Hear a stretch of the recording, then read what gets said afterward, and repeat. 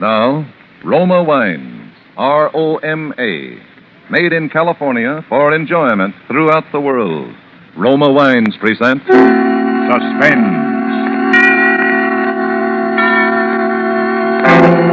Tonight, Roma Wines bring you the David O. Selznick star, Mr. Joseph Cotton, in Crime Without Passion by Ben Hecht, a suspense play produced, edited, and directed for Roma Wines by William Spear.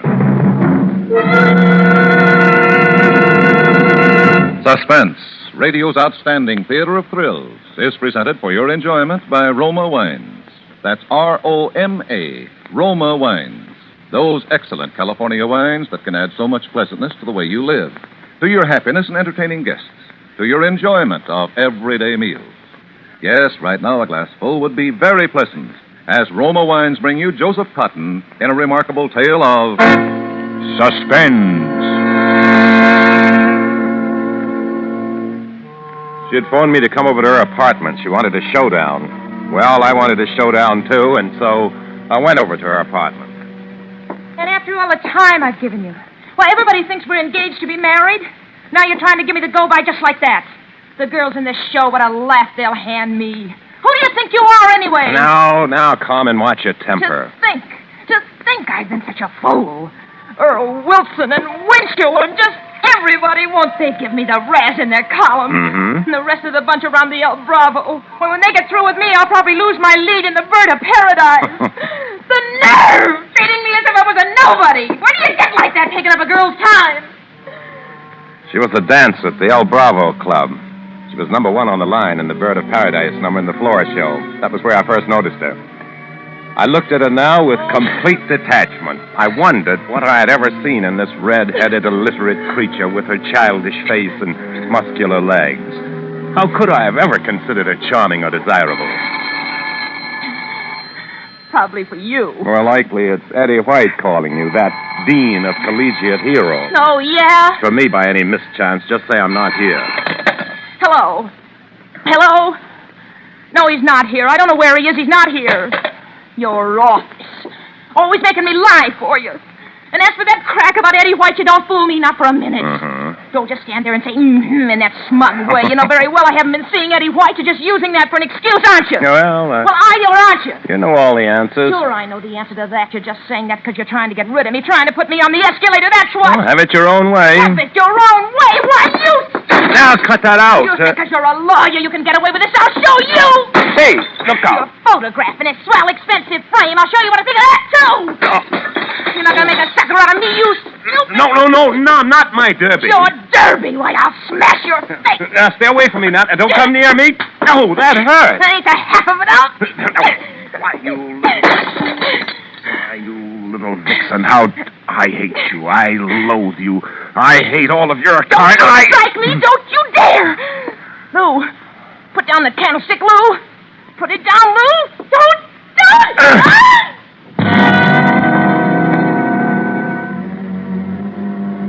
I was suddenly aware of a large brass candlestick in my hand, and on the floor lay calm and brown. I leaned over her. Her skull cracked and blood was running from it. Her eyes were closed. I listened. No heartbeat. I was suddenly overwhelmed with the thought that I had committed a murder.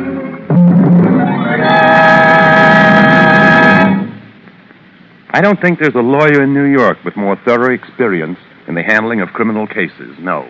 I knew all the angles. I knew the pitfalls of the defense in such a case as this. I knew the psychology of the prosecution. I had unexpectedly and inadvertently been cast in the role of a criminal.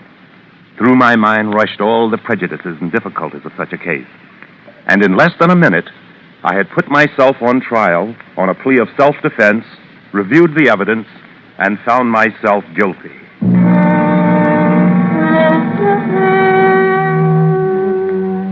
It's a curious thing. No doubt the public at large, the layman, would expect that some unpublicized and secret professional legal maneuver would be used by the great Lou Hendricks in the present predicament. It would seem to the reader of crime fiction and the listener to radio mystery drama that some less hackneyed word than alibi would be the key word to my puzzle. I am sorry, ladies and gentlemen. I should dearly love to shake some diabolically ingenious trick out of my lawyer's sleeve.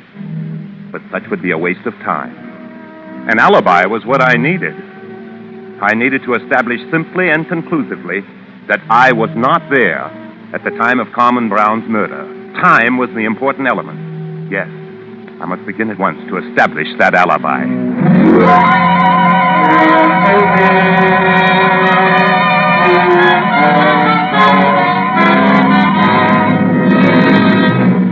For Suspense, Roma Wines are bringing you Joseph Cotton in Crime Without Passion by Ben Hecht. Roma Wines' presentation tonight in radio's outstanding theater of thrills, Suspense.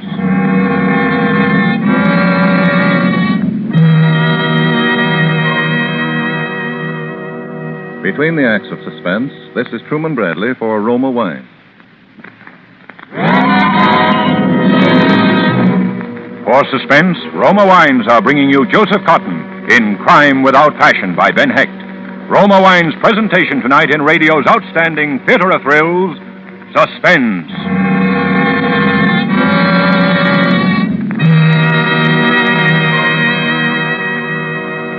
Between the acts of Suspense, this is Truman Bradley for Roma Wines. Do you know the principal difference between American and European hospitality? Well, here's how famed Elsa Maxwell, authority on entertaining, sees it. Says Miss Maxwell, American hospitality is distinguished by its informality. Good friends in America don't need an invitation. They just drop in and take potluck. That's why millions of American families always keep Roma California sherry on hand. Roma sherry is ideal for entertaining. A delicious wine, mellow, fragrant, and medium sweet, with tempting nut-like taste. Glorious Roma sherry is so easy to serve, so good with a simple snack any time of day. And Roma sherry is popular with men and women alike, preferred by millions as the perfect first call for dinner. Yes, you can serve Roma sherry proudly, for Roma wine is America's first choice. Yet, Roma costs no more than ordinary wines. So, for better, easier entertaining, get Roma sherry tomorrow. That's R-O-M-A, Roma Wines. Remember, more Americans enjoy Roma than any other wine. And now, Roma Wines bring back to our Hollywood soundstage Joseph Cotton, who, as New York's famous criminal lawyer Lou Hendricks, in Crime Without Passion, resumes a narrative well calculated to keep you in suspense.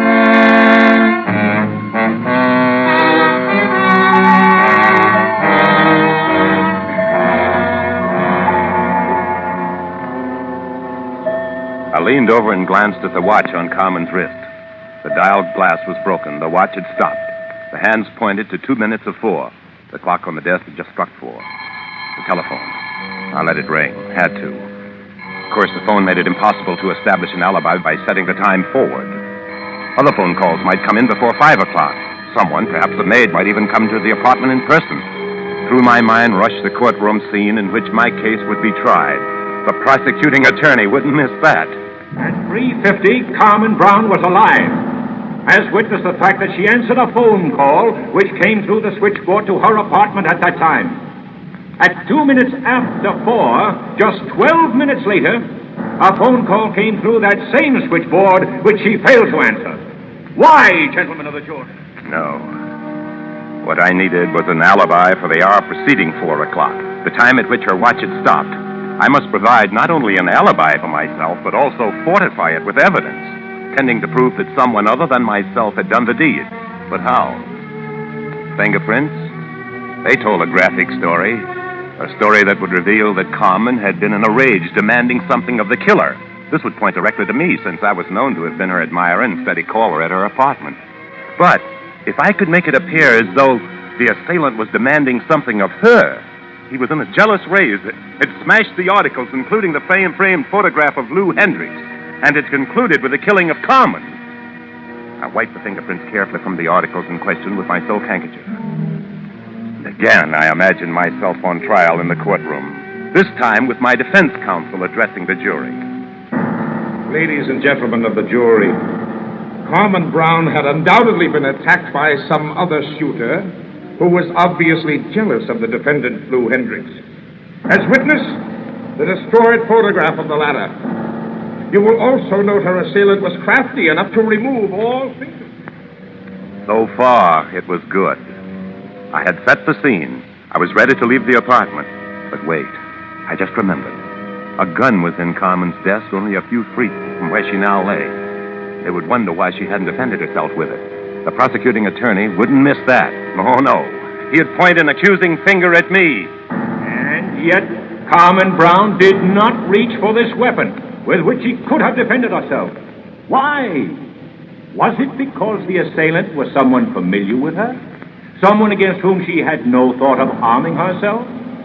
Or perhaps because the assailant was familiar with the premises and knew where the gun was and prevented her from reaching it?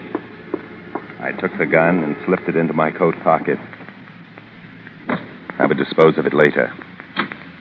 I took every precaution to make sure that no one saw me as I left the building. My trained legal mind warned me against a surprise witness, which in so many court cases was dramatically brought forth by the prosecutor to confound the guilty. I remembered grimly how some of my best cases had tumbled by the appearance in court of some aimless stray human, someone who happened to have seen the defendant during his presupposed alibi. The prosecutor would have a gleam in his eye questioning such a witness in the courtroom. And you say you saw the defendant, Lou Hendricks, leaving the apartment building shortly after the time of the murder? This must not happen.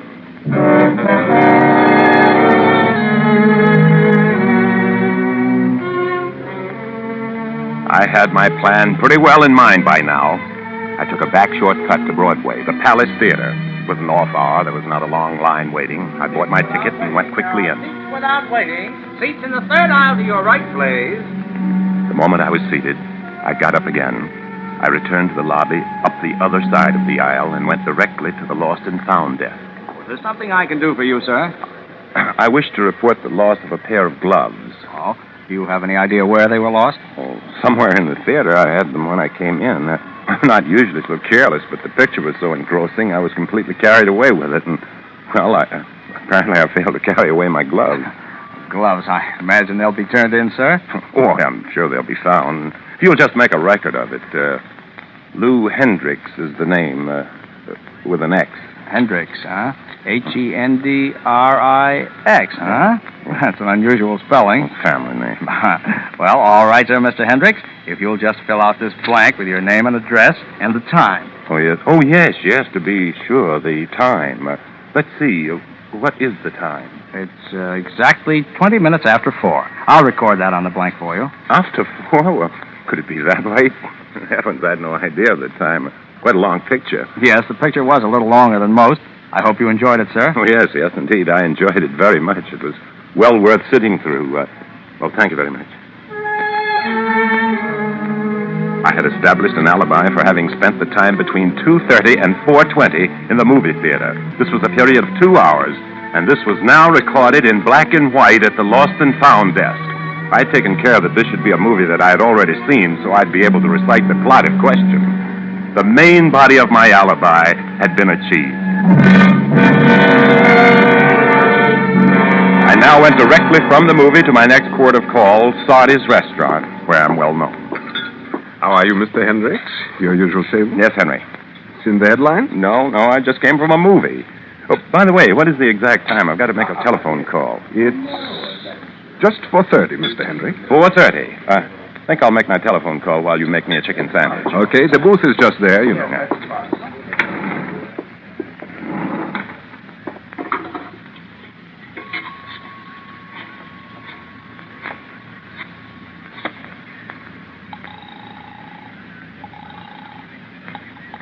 Hendricks, Brown, Walsh, and Healy. Mr. Healy, please. This is Mr. Hendricks. Oh, certainly, Mr. Hendricks. One moment. Hello? Hello, Tom. This is Hendricks. I've been trying to locate you all afternoon. Oh, what for? Oh, several things came up that needed your attention. Oh, not so hard to locate. Where'd you try? I tried everywhere I could think of, even Carmen Brown's apartment. Yeah? Did you talk to her? Sure, I was trying to find out if she knew where you were. What time was that? Oh, about 3:50. Well, how did she seem when you asked if I were there? Well, I don't know. Why? Well, try and think. I'd like to know. Well, come to think of it, she struck me as a little curt or upset about something. Upset, eh? Listen, I don't want you to call me at that number anymore, understand? Oh, well, sure, if you say so. I'm all washed up at that telephone number. Understand what I mean? In the future, that number is out. Any other calls? No. Okay.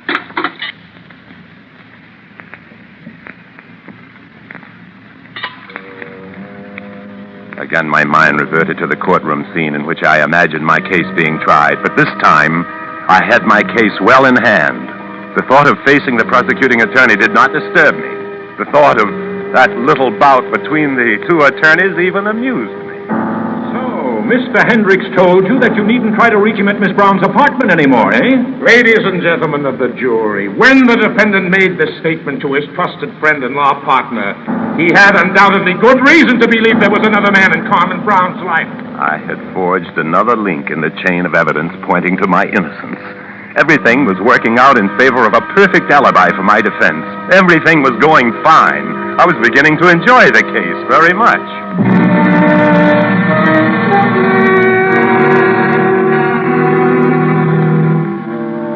Now that the tension was relieved, I began to look upon my case as a sort of a game. I began to get a kick out of it, and I conceived the idea of building up another witness. Eddie White was the only one of Carmen's previous amours whom I knew, and I considered for a moment involving him in the case. He was Carmen's previous suitor just before I entered the picture. He was known to be a hot-headed young gentleman given to nocturnal fisticuffs in public places, but I finally dismissed this idea. This witness, I decided, would be Miss Moore, who was also a dancer at the El Bravo Club. She was Carmen's closest friend and confidant. I telephoned this morning and requested her to join me at the restaurant. She came right over.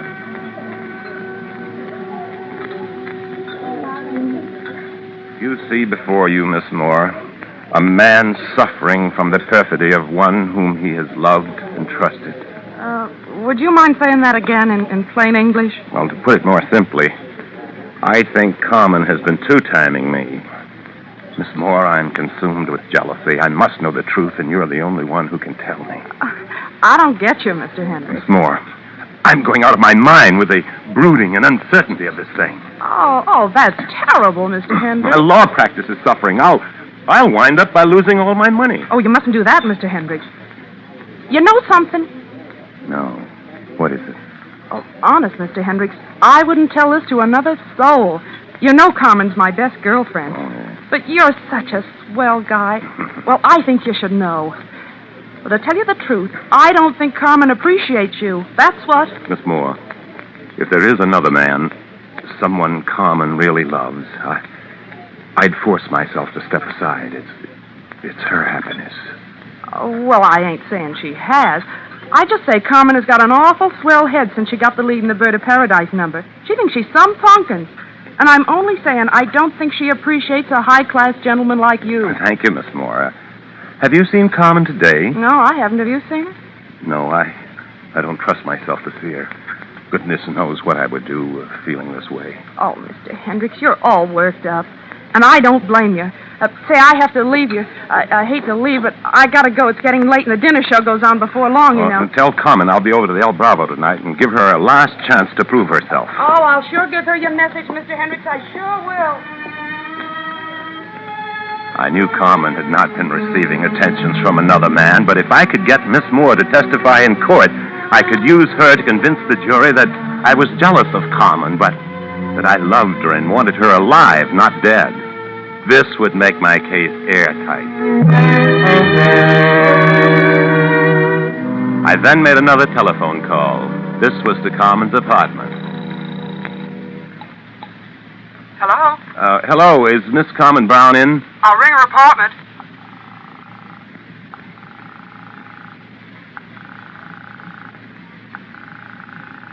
I'm sorry, she doesn't answer. Well, this is Mr. Hendricks calling. Hasn't she been in at all? I've been trying to get her all day. She hasn't come in while I've been here, Mr. Hendricks. How long is that? About 3 hours. Thank you. I'm coming over there. Tell her if she comes in, will you? This would strengthen my apparent effort to contact Carmen. It was a bold stroke, this, to go back to her house. I approached the switchboard operator. Good afternoon, Mr. Hendricks. Oh, has Miss Brown come in since I called on the phone? I haven't seen her. I'll ring her apartment again.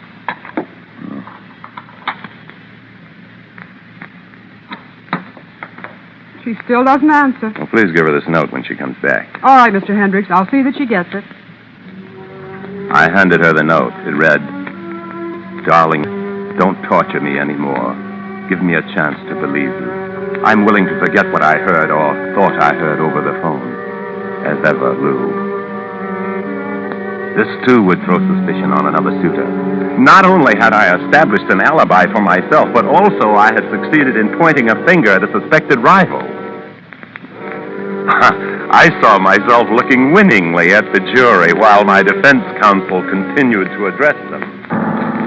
Ladies and gentlemen of the jury, if the defendant Lou Hendricks had known Carmen Brown lay dead in her apartment, would he have written such a note? The testimony reveals, ladies and gentlemen of the jury, that the defendant strongly suspected that Carmen Brown was receiving attentions from a suitor, but he did not know that this very afternoon this creature had entered her apartment, struck her down, and killed her, while the defendant was still trying to seek her out and forgive her.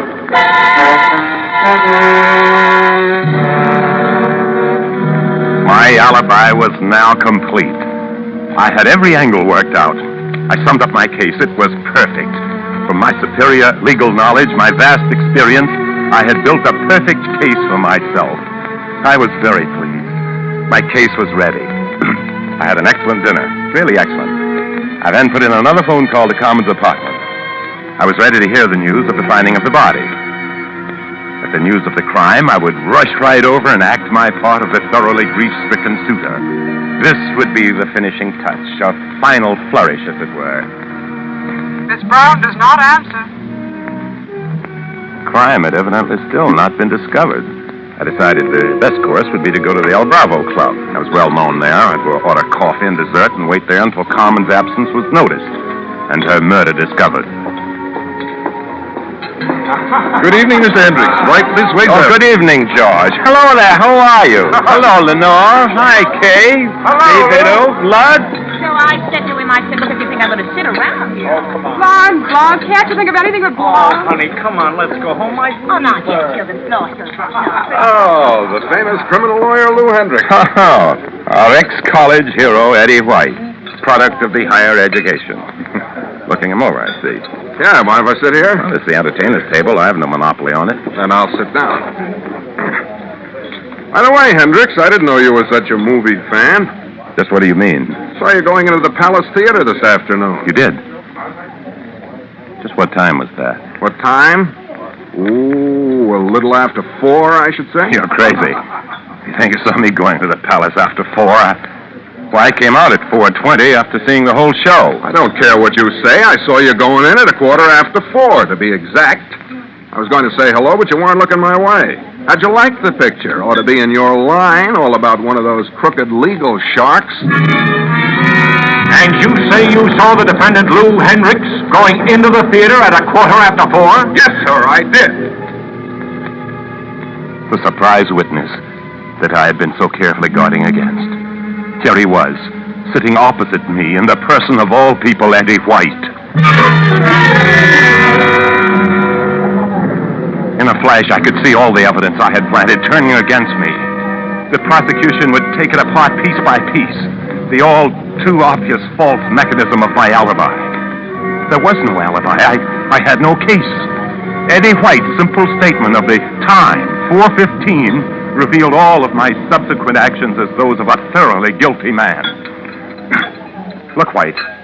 It must have been somebody else you saw. Listen, don't tell me. I saw you looking around, buying your ticket and ducking in. I know it was 4:15 because I had a date outside. And don't get excited, it wasn't with Carmen. That's a lie. What's that? I said you're lying. You didn't see me. Oh, that's what you said, is it? Listen, I never liked you, and I don't take that kind of talk off a guy I got no use for. Get that? You're a liar. You're not only a liar, but a numbskull, a perennial drop kicker. Once a drop kicker, always a drop kicker. Oh, you little shyster. Take your hands off my collar. Let me go. Take your hands off me. Calling me a liar, huh? You little shyster. You no good little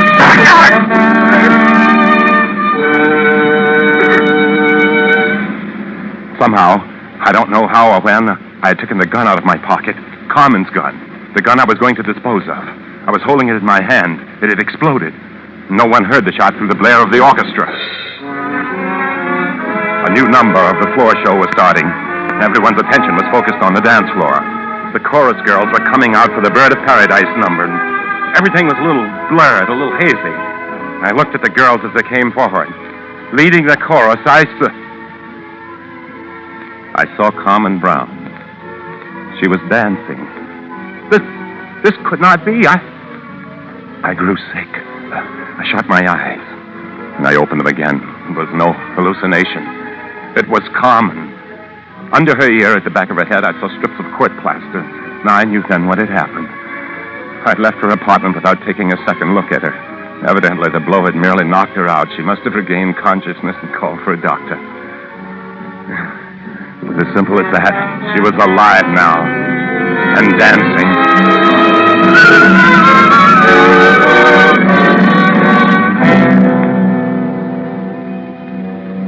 Lou Hendricks, the shining legal intelligence. I had built a perfect alibi to exonerate myself of a murder which had never occurred.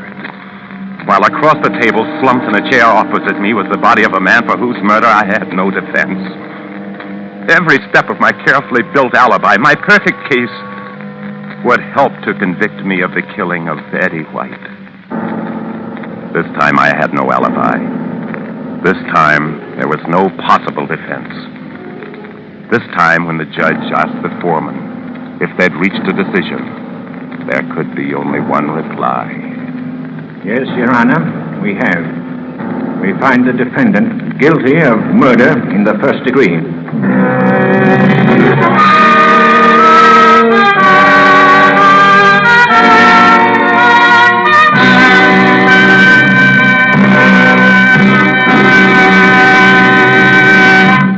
Suspense.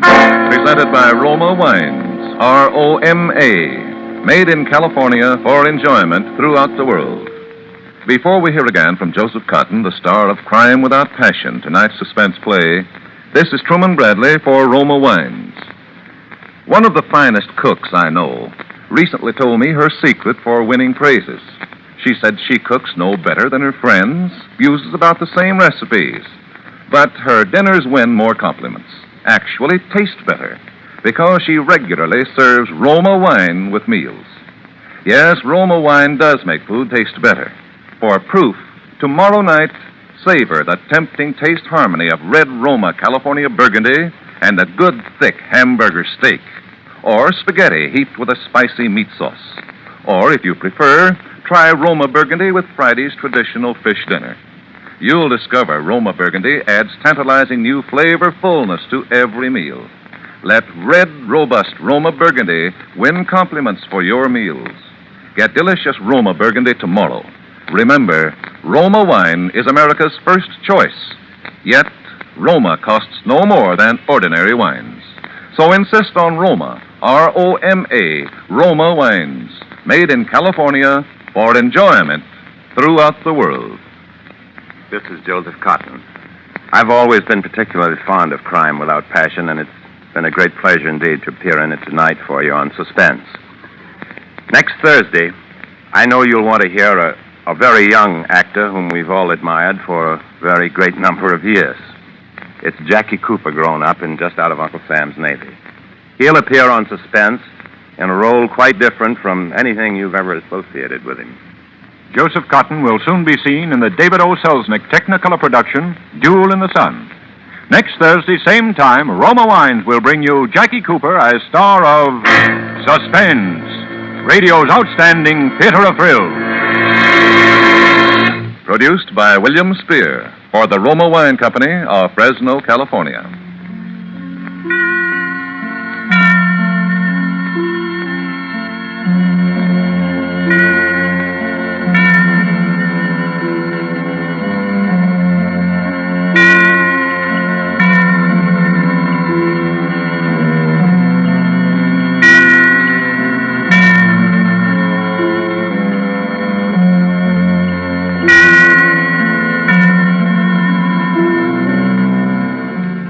Suspense is broadcast from coast to coast and to our men and women of the armed forces overseas by shortwave and through the worldwide facilities of the Armed Forces Radio Service. This is CBS, the Columbia Broadcasting System.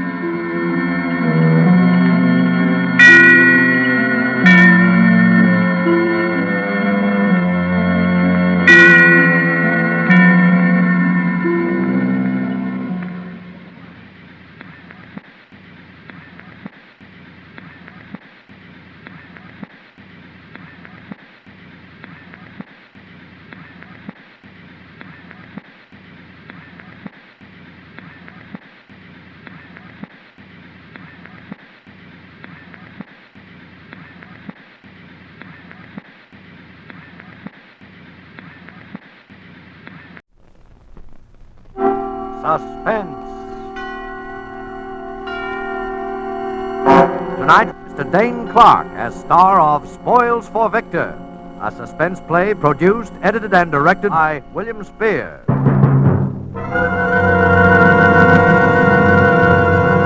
Suspense.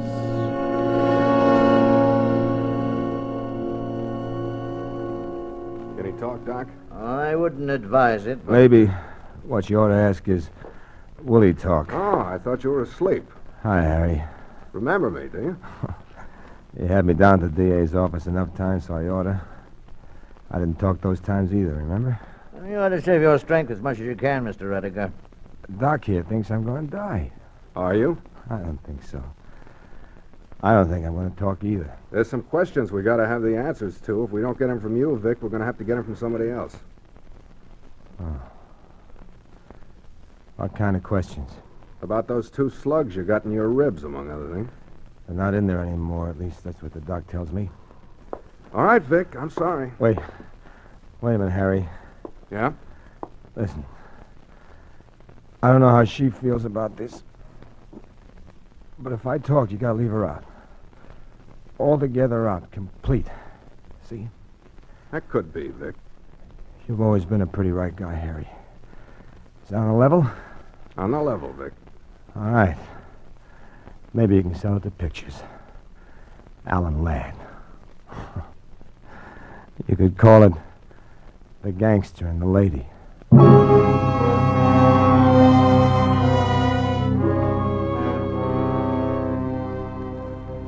You know the mob. Bonnie Bernard, Pinky Roberts, and the rest. As far as they're concerned, it doesn't matter much now what I tell you, I guess. We were never big operators, nothing really big time, but we always had plenty of money in our pocket most of the time. But this time I'm talking about, the dive had been pretty long. My pants were getting shiny in the seat, and my shoes were getting holes from walking instead of riding, and even Barney was getting a little rusty looking. And this one day, he's sitting around the office with Pinky when I come in, and his chin is down around his belt buckle someplace. Hi, Vic. Hi, cutie. Hi there, what's new? I hear there's a depression on. Know anything about it? Forget it. There's no money in it. Hey, they cut the phone off yet? He thinks he's kidding. Who you want to phone? A home relief? A dame, bet you 3 to 1. That one what? What do you care? You ain't got it. Dames.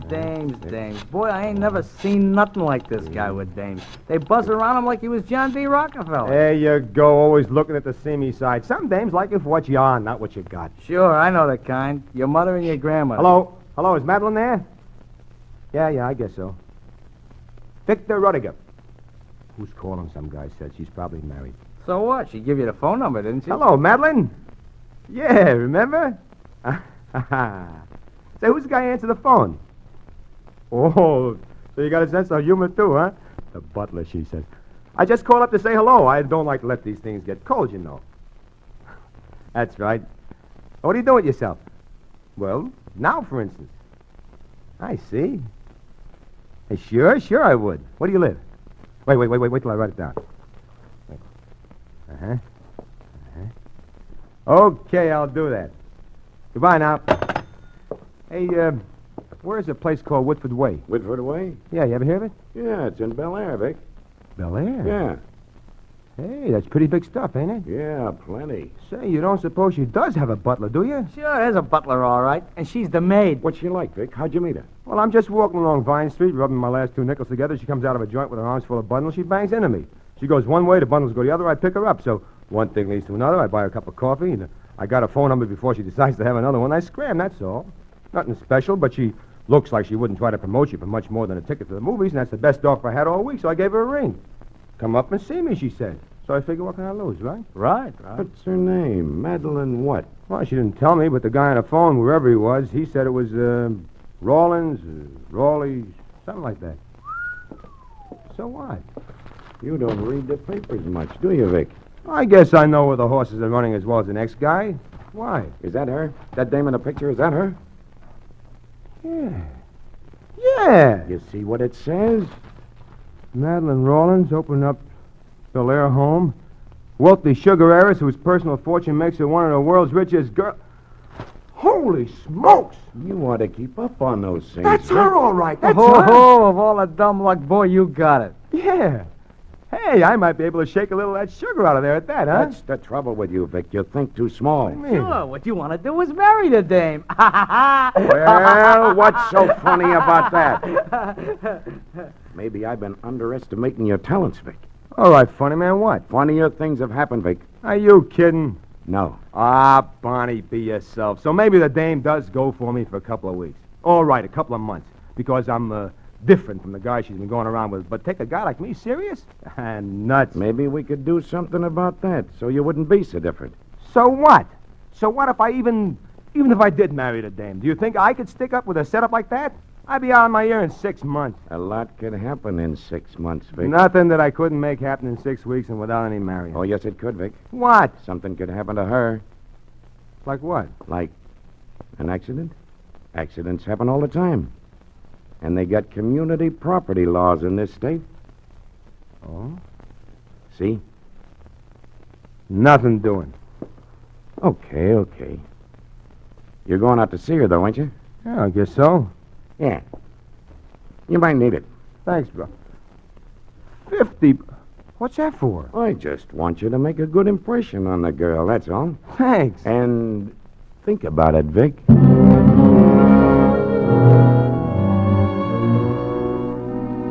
I did all right.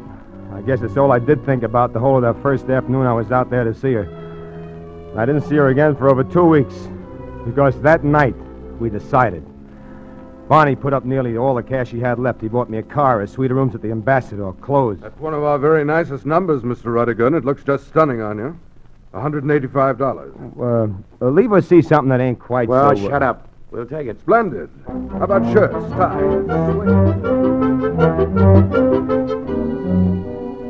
I went around places. We hired a publicity agent. I was supposed to be a wealthy young oil man. We even hired a guy to try to teach me to talk better. All right, Mr. Rediger. Repeat after me, please. The house of Murphy features turtle soup and oyster stew. No, Mr. Rediger. You have it just backwards. Yeah? Turtle soup and oyster stew. Turtle soup and oyster stew. Again, please. The house of Murphy features... No.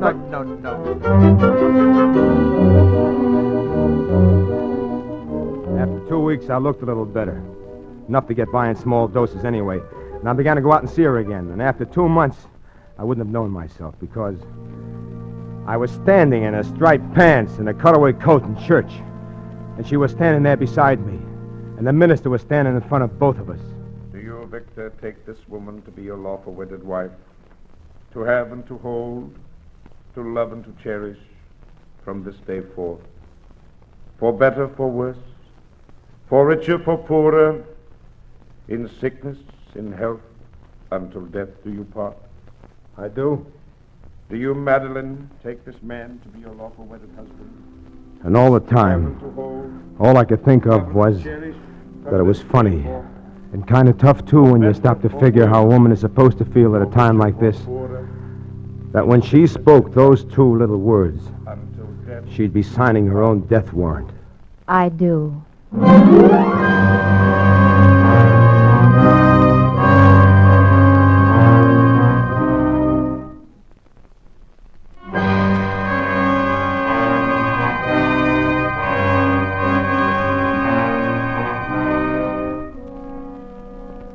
In 6 months, Bonnie and Pinky and me were going to be rich. And she was going to be dead. I didn't have any feelings about it at first. Inside of me, I was feeling like an old stray dog that just found a swell home. I was tired. I hadn't known how terribly sick and tired the years of snarling and snapping for every bone had made me. And so at first, I just stretched my paws out to the fire. I lay around in the sun and enjoyed myself. I didn't even mind Madeline. Then after I got over feeling tired, something else began inside. Something began eating me. Just a little thing at first, but it got bigger. I didn't know what it was, except I knew it wasn't my conscience. I hadn't had one of those since I was 10 years old. But for a while, I thought maybe I was just missing the old gang, the old ways. But that didn't fit either. And then one day, we'd been married about 4 months then, and we were going out for dinner. I was upstairs getting ready, and I passed by her dressing room, and she was in there with a maid fixing her hair. Well, there you are. You better hurry if you expect to take me out anywhere. Yeah, I will. Say, that's a new hairdo, isn't it? It will be. You like it? Yeah, it looks kind of cute. Hand me the dryer now, will you, Marie? Yes, madame. What's that? An electric hair dryer. You've seen me use it before. I don't remember. Don't bother, Marie. I'll plug it in. You can go now. Yes, madame. Hey, wait a minute. You ought to be careful handling those electric gimmicks when your hands are wet that way. You can get... silly. I've been doing this. Madeline! Madeline! Get a doctor, Marie. Get a doctor! Oh, yes, monsieur. Then I was down on the floor beside her, remembering from somewhere that with people who had an electric shock, she gave them artificial respiration. I pressed my hands against her ribs, and I was talking to her without hardly knowing myself what I was saying. Madeline! Madeline, baby! Come on, baby, come on, snap out of it. You're going to be all right, baby. You gotta be. Oh, please, baby, please. Hello, Please, Vic. please. What happened? Oh, Madeline. Oh, I remember. Are you all right? Why, Vic, you're crying. Me? You're crazy. Oh, baby, baby.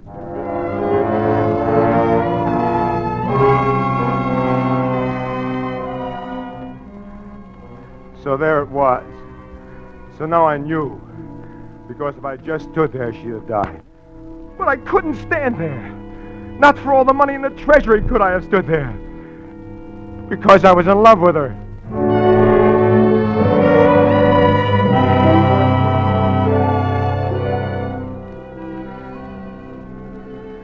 I tried to keep my mind on all that money and what I could do with it. I tried to tell myself that no dame was worth that much to me or to any other guy.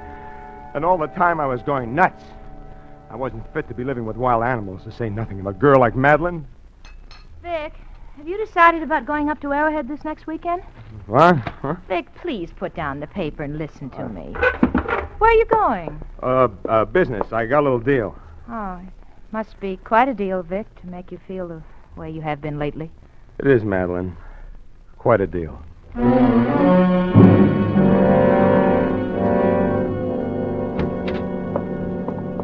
Hiya, Playboy. How'd they coming? Hi, Bonnie. Hiya, Pinky. Hi, kid. Hey, you're looking great. Not that you hadn't ought to be. Yeah, we missed you, Vic. But we've been reading all about you in the society columns. Yeah, you've been living up there on the fat of the land for quite a while. Yeah. Pretty near 6 months, Vic. That's right. So, we've been sort of expecting you. That's what I figured. That's why I come. And I hope you're ready to talk business, Vic, because we are. That's why I'm here. Okay. So we start talking. Listen, Bonnie, look, wait a minute. Suppose I figured out a better way. A better way to what? A better way to get dough out of the setup. How much dough? Maybe $1 million. $1 million? Are you kidding? What's the matter with $1 million? Nothing. Only my way, we get about 10 times that much, and that's what we're in this for, and that's what we're going to get, see? I might even be able to get more than $1 million in time. You're not trying to tell me you're getting soft, are you, Vic?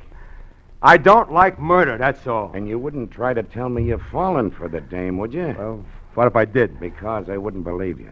I've known you for a long time, Vic, and I know you ain't that kind of a guy. No, I wouldn't figure it that way, Vic. No. I'd figure that maybe you were getting away with it up there a lot better than you expected, and you didn't see no reason for not hanging on to the rest of the dough. All be yourself. Oh, no. I don't like murder, Bonnie. Maybe you don't. I can see how maybe you wouldn't. But I put my dough into this. I put my brains into it. It's the biggest thing that anybody's ever pulled. $10 million. And I ain't taking any less. It's my way or else. Well, what about it? Okay. It's better. Got it all figured out? For the accident? Sure, a burglary. Pinky here breaks in. You and her hear the noise. You go down and find Pinky at the wall safe. You got one, haven't you? Yeah, in the library. So you catch Pinky and you shoot. Only you hit her. I do. Why not Pinky? No. If it's an outside job, they'll keep looking for the guy, and that might find him. And if you do it, it's an accident. Open and shut. No more trouble. You like it? Sure, it's great. You got a gun, haven't you? Registered to you? Yeah, up at the house. Use that. Want to set a time? Sooner the better. Friday night? Friday night. Okay, Pinky? Sure, anytime. Check with me Thursday, okay? Okay. And Vic? Yeah? When you shoot, don't miss.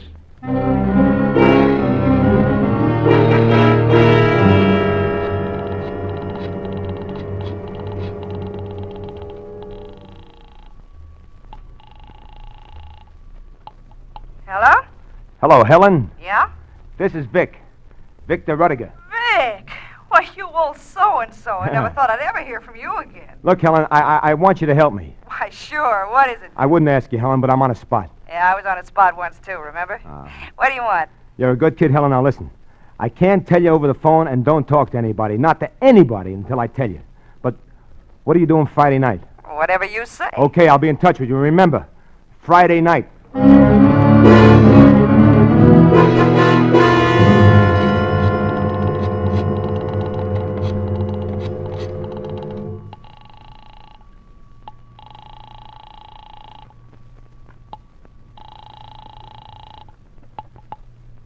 Yes? Hello, Madeline? Well, Vic. Look, hon, look. I think Arrowhead this weekend would be a great idea. What do you say? Well, Vic, that's wonderful. Well, I'll start getting things ready right away. When were you thinking of leaving? What about first thing Friday morning? Well, Vic, fine. Well, that's wonderful, darling. Friday morning.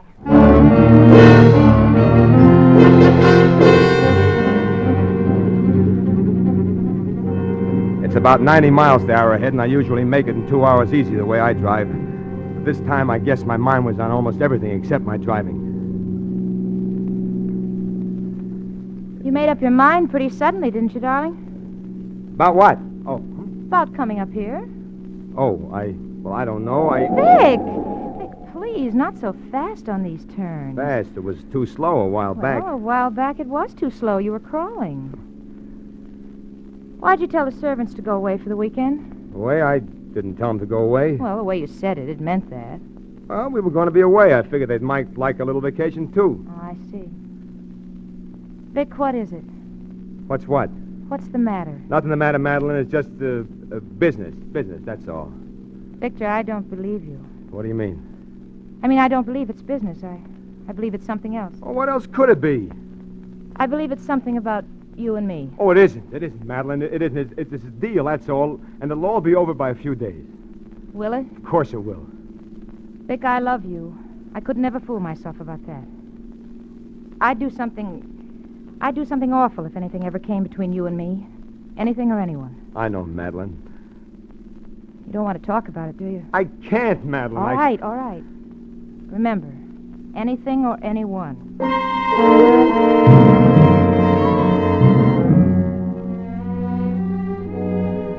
We got up to the cabin around noon, and I helped her unpack, and we changed, and I moped around a couple of hours stalling. And then I knew I couldn't stall much longer, and I had to come out with it. Vic, I thought we were going to go riding after we had... Madeline. What? Madeline, I just thought of something terrible. What is it, Vic? I got an appointment to see a guy tonight in town. Oh. Oh, I don't see how I could have forgotten it, but it's terribly important. I'll just have to go. Yes, I suppose you will. But I'll be back first thing in the morning. I'll have to take the car, but they'll loan you a station wagon at the hotel if you're going to be going anywhere. Yes, yeah. Will you be staying at the house? Oh, yeah, sure. Oh, Madeline, don't look at me that way. Please, you understand how it is, don't you? Yes, Vic, I think I do.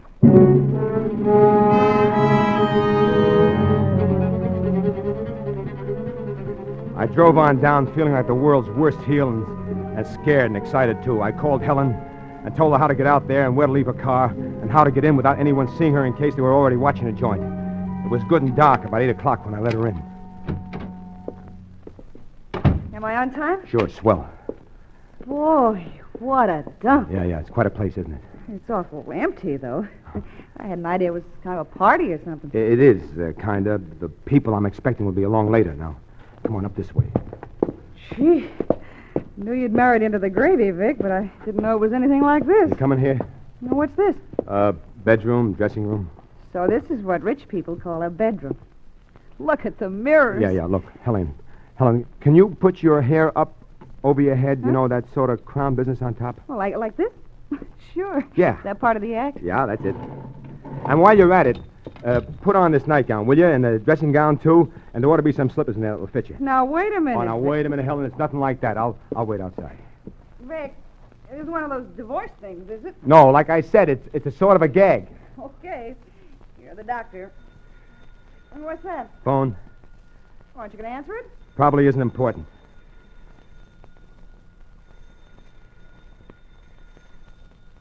Oh, what do you suppose it could be? I don't know. Vic, it might be your wife. Yeah, it might be.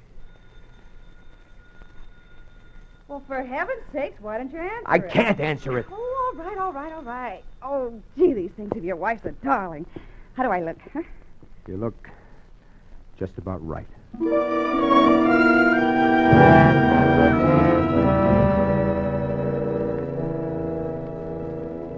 I hated the part about Helen, but I knew I didn't stand a chance in the world of getting Barney inside unless he thought he was seeing Madeline. He'd never seen her except from a distance, and that lousy newspaper picture. And what with the hairdo and all, Helen looked pretty good. And after a while, I went around the house. I put off all the lights, and after that, we had to sit in the dark. I didn't even dare talk to Helen anymore. Pretty soon, she just went to sleep. And I waited. And I heard the clock in the downstairs hall strike 4. And then right on the dot, I heard what I've been waiting for. Helen, wake up. What time is it? Come on, the people are here. Yeah, all right. Aren't you going to put on the lights? When we get to the library. Now, you stay right behind me, and as quiet as you can, and I'll shine the flashlight so you can see. I can see. And when I go in, you come in right behind me, close the door, and just stand right there, right against the door. All right. All right, here we are. All right, Pinky, drop that gun. What's the idea, Vic? Just not taking any chances. Drop it! Now kick it across the floor, over to me. Bonnie outside? Yeah. Alone? Yeah? I want you to go to that side door where you came in and whistle to him. And when he shows, tell him we need him in here. And that's all. Anything more and I shoot. Understand? This ain't right, Vic. When this happens, I want Barney in here. Just in case. You wouldn't want you and me to be the only suckers, would you? That's right, too. All right.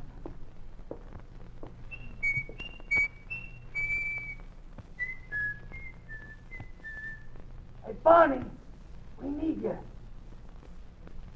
He's coming. Vic. Take it easy, baby. All right. What do Put you up want? your hands and keep 'em up. What's the idea? You better go outside, baby. Yeah, all right, Vic. That ain't your wife. Close the door after you. What is this, the old double cross? Yeah. The old double cross.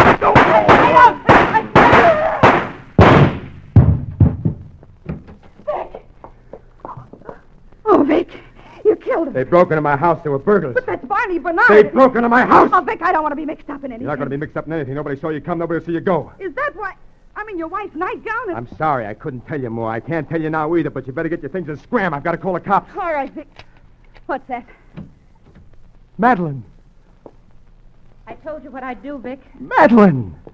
Put down that gun. Listen, will you? Anything or anyone. Madeline!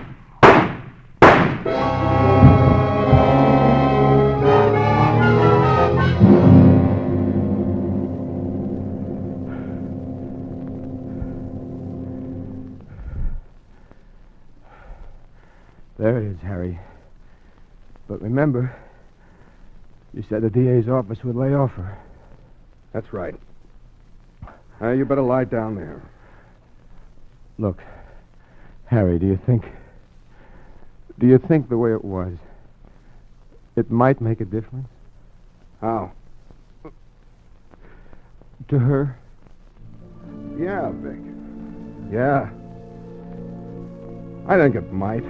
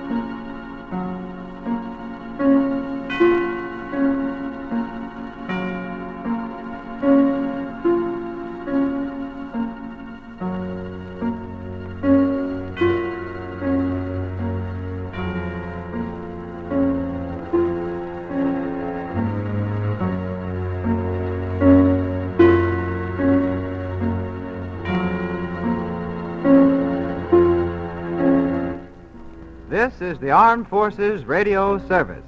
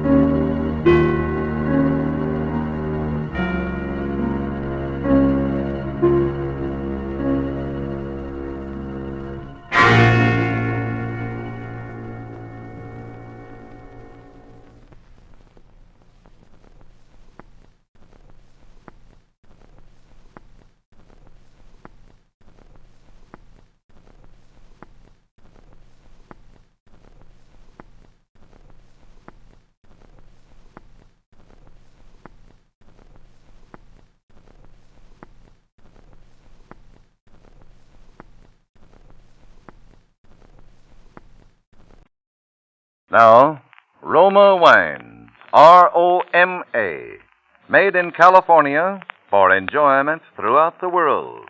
Roma Wines present Suspense. Tonight, Roma Wines bring you Mr. Robert Young as star of The High Wall, a suspense play produced, edited, and directed for Roma Wines by William Spear. Suspense, radio's outstanding theater of thrills, is presented for your enjoyment by Roma Wines. That's R-O-M-A, Roma Wines. Those excellent California wines that can add so much pleasantness to the way you live, to your happiness in entertaining guests, to your enjoyment of everyday meals. Yes, right now a glassful would be very pleasant as Roma Wines bring you Robert Young in a remarkable tale of Suspense. I woke up in bed. Nothing strange about that, except that it was a hospital bed. I couldn't imagine how I got there. I didn't remember any accident. I didn't feel sick. Why the hospital? I laid there trying to puzzle it out. Last night was Christmas Eve. I was stopping at the Beacon Hotel in Boston. I was going to get up early this morning and go to Fitchburg and find Helen, my wife. After 3 years of separation, it would be nice to be with her again on Christmas Day. I turned in bed and looked out of the window. Christmas? Why, it was summer. There were trees and grass and flowers in bloom. I guess I twisted around or something because the next thing I knew, a girl was leaning over me, smiling. Hello there. Feeling better? Well, I guess so. Am I supposed to be sick? Well, no, not if you feel all right. We were beginning to get worried about you. You didn't seem to want to wake up. We? Who's we? Oh, Dr. Dunlap and all of us. Well, what happened to me? Well, why am I in a hospital? You've been very ill. Don't try to think about it, Mr. Lewis. Just get well. You're, Amy, aren't you? That's right. Good for you. Amy. How did I know her name? Why was her face so familiar to me? I tried to think, and suddenly I remembered. I'd been dreaming about her. In one dream, I was up to my neck in quicksand, and she was trying to save me. She was crying, and her tears fell on my face, and she kissed me. That would have to be a dream, wouldn't it? Still, as I looked up into her eyes, it seemed very real. I could almost feel her lips. I dozed off, thinking of her, and when I woke up, Dr. Dunlap was standing beside my bed. Well, Mr. Lewis, Miss Adams tells me you're bright and snappy this morning. Yeah. Any reason why I have to stay in bed? Oh, none at all. If you feel able, we'll get your clothes, and Miss Adams will take you down to the solarium, and you can sit in the sun. Now, how's that? The solarium was a big glassed-in veranda where the patients sat around and took it easy. Played cards and read and talked. It was quite a crowd when we walked in, but nobody seemed to notice us. Amy, Miss Adams, introduced me to a girl who ran the newsstand. Her name was Ella. She sold cigarettes, candy bars, magazines. I sat down over to one side and looked the people over.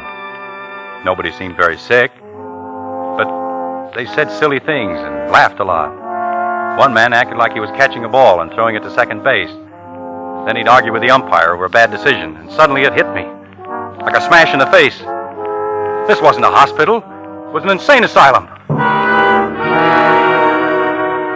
I jumped up, but Amy put her hand on my arm. Dr. Dunlap appeared out of nowhere and pushed me back into the chair. Easy, Mr. Lewis, easy now. Don't get excited. I'm not excited. I just found out where I am, that's all. Let's go up to your room and talk it over. Talk what over? I'm in the wrong place. Maybe I'm a little sick, but I've got all my buttons. Get me out of here. Mr. Lewis, please, you're making a disturbance. Go along with Miss Adams. Doctor, I can manage. Then please do it. We'll have a riot here if he doesn't quiet down. Mr. Lewis, you don't want to get me into trouble, do you? We were getting along so nicely. When she put it that way, I let them take me out of there and up to my room. But then I put up an argument, demanded to see the head man. Amy backed me up, too. She said she was sure I was okay and didn't belong in such a place. Dr. Dunlap hit the ceiling. They had a battle with Pip. He slammed out of the room, and she had a fit of crying. But the net result was that I was taken to the office of Professor Bird, the man who ran the asylum. He was a strange little guy, with a head cocked to one side like he was listening to something nobody else could hear. Ah, Mr. Lewis, feeling better? Why does everyone ask me that? Yes, I feel great. Good. Do you remember me? Should I? Oh, not necessarily. What seems to be the trouble? You just made a mistake, that's all. Got the wrong fellow. I don't belong here. Well, that's strange. Your commitment papers seem to be in order. I don't care about that. Listen to me. Here, Mr. Lewis. Let's discuss this calmly. We're not in the habit of picking people off the streets haphazardly. Someone had to sign you in. Who was it, your parents? My folks have been dead for years. Your wife, perhaps? She doesn't know I'm back in America. Probably thinks I'm dead. Come on, Professor, stop stalling. You've got it all on that paper. Never mind this paper. Tell me about yourself. Were you in the war? No, they wouldn't take me. Blood pressure or something. I went to Burma for the International Oil Company. Oh? How was it in Burma? Pretty rugged. I was there for 3 years. I'd be there yet, only I fell in front of a bulldozer and got my leg crushed. They shipped me back to San Diego, thinking they'd have to cut it off. Well, fortunately, they didn't have to, huh? Did your wife know you were hurt? Funny you should ask that. No, she didn't. You see, we used to go to dances a lot. I see. You didn't fancy yourself with a crutch. Does anybody? But after you were discharged from the hospital in San Diego, did you communicate with her then? No, I wanted to surprise her. She thought I was still in Burma. I took a train for Boston, arrived on December 23rd, a Thursday. Yes? So I went home, looking for Helen. She wasn't there. Somebody else lived in the house. She'd sold it. Knocked me a twister. I was born in that house. My grandfather built it. And it was gone. Where was your wife? Helen? She was in Fitchburg, working in a defense plant. But I didn't find that out until I ran into an old pal of mine that night. He almost keeled over when he saw me because everybody thought I was dead. You know, not hearing from me for more than a year. And did you go to Fitchburg? See your wife? No, I didn't want to see her right then. Why not? Oh, I was upset, I guess, about her selling the house. Besides, I'd been away more than 3 years. 1 day more wouldn't hurt. So I checked into a hotel, the Beacon House, room 305, I remember. I stretched out on the bed and tried to think things out. Yes, yes. You were lying on the bed and... Huh? Oh, well, I fell asleep, that's all. I see. No use telling him how I laid there, thinking of Helen and wishing I'd gone on to Fitchburg. How I kept seeing her face like a great big painting on the ceiling. He'd think I was nuts if I told him how I could smell that queer perfume she used. And the feeling I got that she was there in the room with me. And how long did you sleep, Mr. Lewis? I don't know. What woke me up was someone knocking on the door. I got up and opened it and...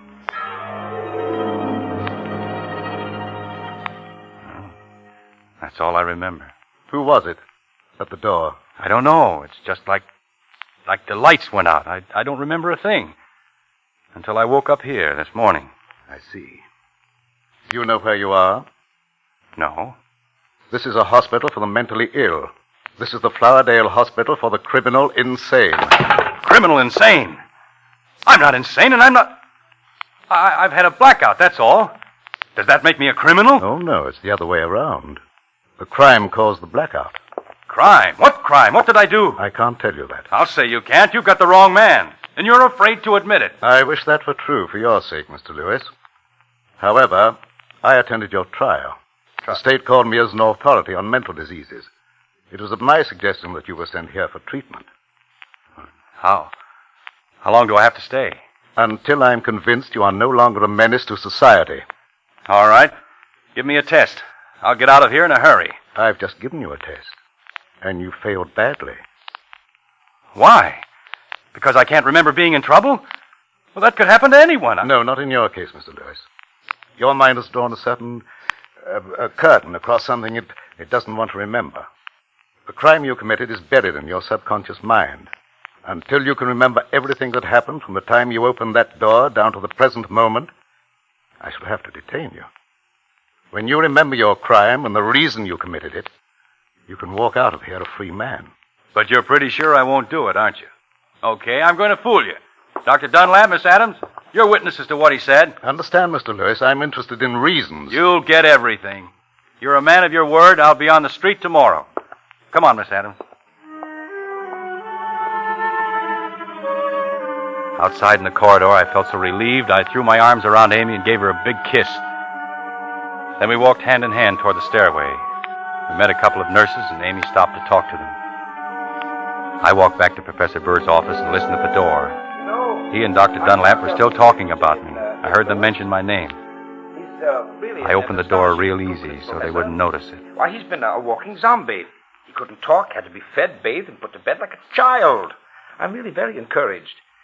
It wouldn't surprise me a bit if he recovered. Don't be absurd, Dunlap. Such cases never recover.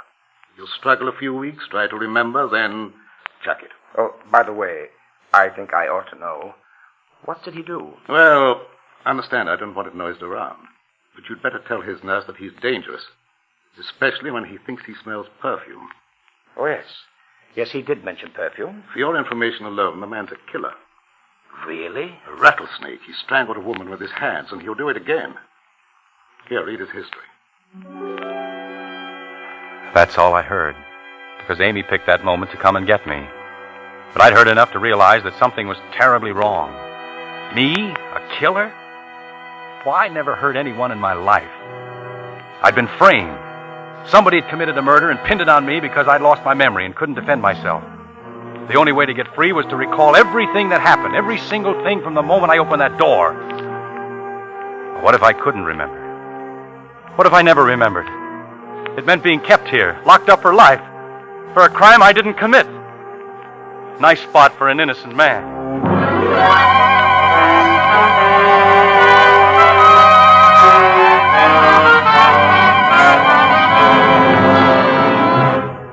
For Suspense, Roma Wines are bringing you as star Robert Young in The High Wall, a radio drama by Bradbury Foote from his play of the same name. Roma Wines' presentation tonight in radio's outstanding theater of thrills, Suspense.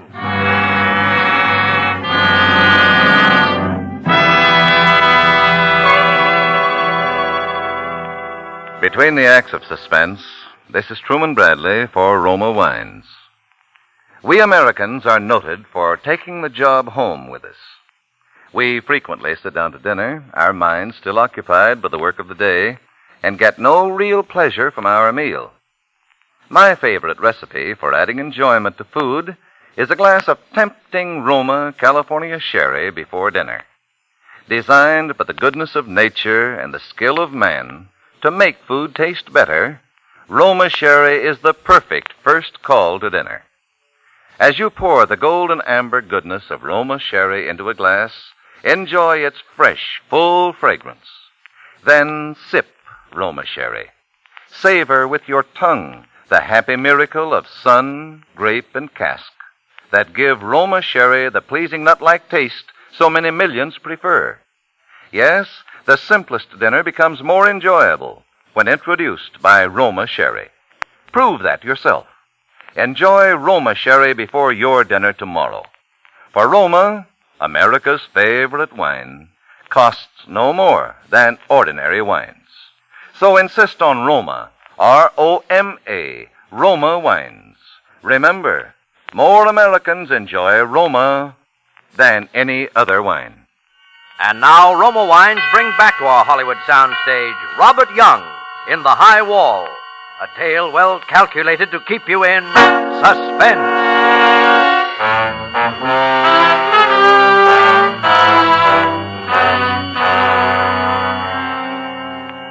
When I promised Professor Bird that I'd give him the whole story the next day, I was absolutely sure I could do it. But I couldn't. I couldn't remember a single thing that happened during that lost time. Absolutely blank I was. I racked my brain for a clue, lay awake nights torturing myself until I nearly had a nervous breakdown. Then, after about 3 months, I gave up. Just like Professor Bird said I would. Chucked it. When I did, a great feeling of relief came over me. It was like a heavy weight had been lifted off my chest. Amy noticed the change in me, and I told her the reason one night very late when she came in. She didn't like it a bit. Bob, no, you mustn't give up. Don't stop trying. Amy, there must be some easier way to get out of this place. Escape, you mean? You can't do it, Bob. There's a high wall. Yeah. Well, there is another way. A sure way. I can go out feet first. Feet for... Bob. Bob, you wouldn't do that. I'm not going to spend the rest of my natural life in this insane asylum. If there's no other way to escape, I'll go out, like I said, in a box.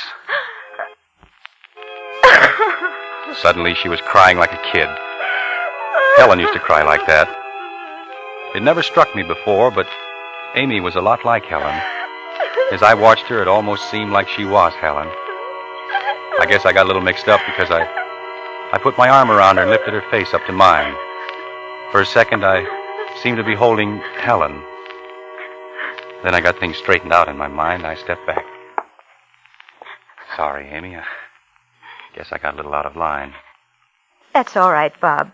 I wouldn't want you to think I was, well, you know. No? Why not? Hmm? Well, you're going to be Mrs. Dr. Dunlap. No, that's off, Bob. There's somebody else. Oh, who is it? She didn't answer. Didn't have to, I knew. She stood there looking like she expected me to do something about it, but I didn't. Then she beckoned to me and made a hush sign, and I followed her out of the room. The ward was quiet. Everyone was asleep. We tiptoed into the solarium and shut the door. I suppose you know this is liable to cost me my job. Look at that moon. Bob, you wouldn't really do anything to yourself, would you? Why not? I'm not doing myself or anyone else much good, locked up in this place. Bob, dying isn't the answer. Yes, it is, Amy. Dying is the answer to everything. Oh, Bob, don't talk like that. You know, in Burma once, in the jungle, I saw a snake right close to me. A king cobra it was. I stood perfectly still, hoping it hadn't seen me. I didn't breathe. Then finally I couldn't stand it anymore. I made a quick jump, but he got me. Right through the leg, here. It was a swell chance to die. But I didn't want to.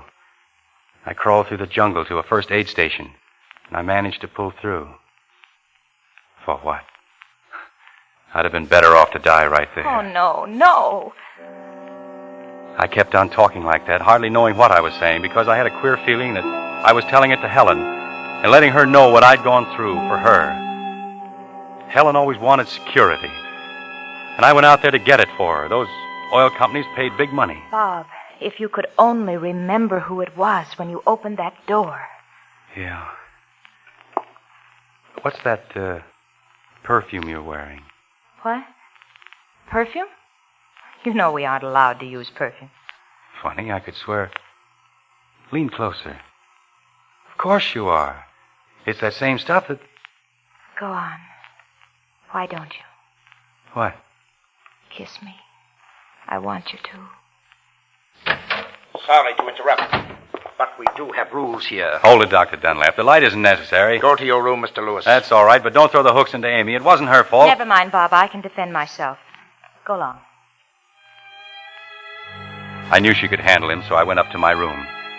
Besides, I had something on my mind. While I was holding Amy in my arms, I had a vision, I guess you'd call it. I saw Helen. She was lying on the bed. The doctor was bending over her. The room was crowded with people. Everyone was tense, frightened. Then the doctor straightened up and said, "She's dead."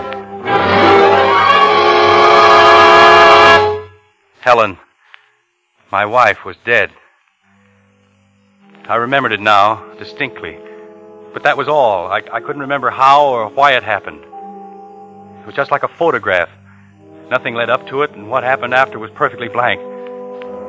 But the fact that Helen was dead didn't seem like a surprise exactly. After a while, I heard Dr. Dunlap come up and lock me in. He hesitated outside the door like he wanted to come in and bawl me out. Then he went away. The next thing, Amy was shaking me, trying to wake me up. Bob. Huh? What's the matter? We're sunk, Bob. He was furious. I'm discharged, and you're going to be put in another ward. Why, the louse, he can't get away with it. Listen. I know how you can escape. What? How? Ella quit her job. She's leaving in the morning. Her car will be parked in the driveway outside the solarium. All you have to do is get in the car, lie down on the floor, and pull a rug over you. Oh, Amy, that's screwy. How would I get outside? The solarium door is always locked. That's it. Ella's going to unlock it before she turns in her keys. Yeah? But I'd be seen. No, they'll all be in church. It's Sunday, Bob. Oh. The minute they start to sing, open the door and slip out. Oh, Bob, it's the chance of a lifetime. Ella leaving makes it easy. She'll drive right through the front gate and they won't even stop her. Oh, Bob, say you'll do it. I can't go away and leave you here. Well, what did I have to lose? Besides, she started to cry and carry on, so I said, all right. And the funny part of it was, it did work. I'll bet we were 50 miles from the asylum before they knew I was missing. Ella picked up Amy at the edge of town, then hit for the open road.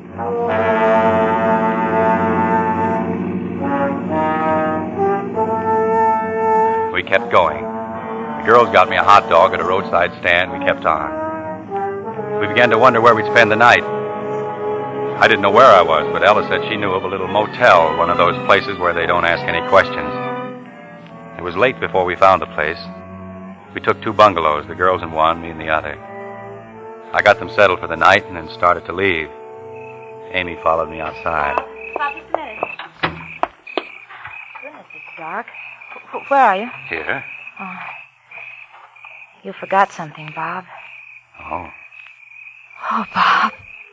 you're sweet. Why, you're trembling like a leaf. Scared? Could be that. We've been very lucky all day. Yes. But I think we'd better split up tomorrow. Oh, no. Don't you see? They're only looking for me. They don't connect me with you girls, but Dr. Dunlap's no fool. He's probably figured it out by this time. If we travel together, we're sure to be caught. No. If we separate, I'll never find you again. Bob, don't you want me? Amy, don't talk like that. If you're still thinking of Helen. I'm not. She's dead. Oh. You know. Sure.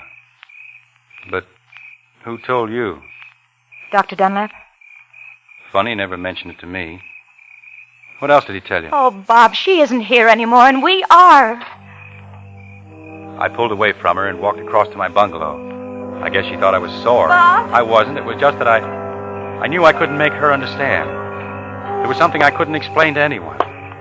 Helen wasn't gone. She'd never be gone, not to me. I opened the door and went in. The bungalow was a crummy little place. It reminded me of that hole I lived in Burma. I was groggy from driving all day. Amy had started me thinking of Helen. I laid there on the bed, remembering things. The night I met Helen. The first time we danced together. Our wedding and our honeymoon at Jack Pomeroy's cottage in the Berkshires. I didn't know Jack very well then, but she did. Those were happy days. What you don't know doesn't hurt you. I was happy afterwards, too. Each time I forgave her, we'd go on another honeymoon. She called it starting over from scratch. But I never should have gone away. That's what did it. She couldn't take it. Well, I'll go up to Fitchburg tomorrow and we'll patch things up. Someone's knocking at the door. That's funny. Nobody knows I'm back in town. Hello? Bob, let me in. Who is it? Bob, I want to talk to you.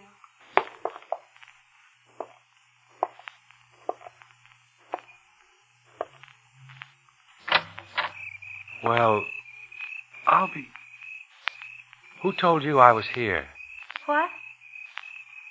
Come in. Bob, listen, I was talking it over with Ella, and she thinks you're Oh, right. I get it. I met Sam Bradley today. He must have phoned you. Bob, you're half asleep. Or maybe phone Jack Pomeroy.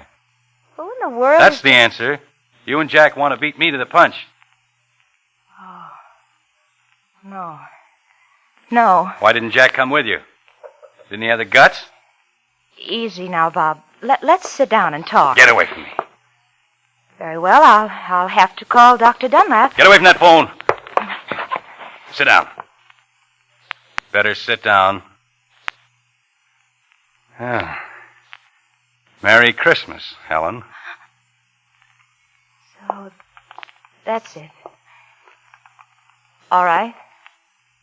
I'm sitting. Who did you say you'd call? Dr. Dunlap. Is that a new one? Or Dr. Hoffman. He'll give you a nice cold bath. That's supposed to be funny. What do you want here, anyway? Well, you've been sick. I thought you might need me. Need you? I never needed you. I know it now. All right. Then maybe I need you. And that's a lie. Because I happen to know what the score is. Sam Bradley told me. What about my home? Somebody else is living in it. What a rotten deal. I'm fighting snakes and mud and slime, sweating it out in swill piles and wondering if I'll ever see daylight again. And you're here in Boston having the time of your life on my money. You didn't want me to come back. But me, like a fool, I used to drop off to sleep thinking of you. And then pick you up in my dream. I could hear you laugh, see you dancing, smell the perfume in your hair. I'd talk to you and you answered me. We planned things we'd do when I got back. And all the time you were hoping I'd never come back. Bob, dear, don't cry. Don't cry. Come on, let's go talk to Ella. Sit down. I'm only trying to help you. You've helped me enough. I promised Bradley I'd kill you when I found you. I've got to go through with it. Bob, I love you. Oh, not frightened, huh? You won't hurt me, Bob. I love you. The last time you begged for mercy. Bob, I'm Amy.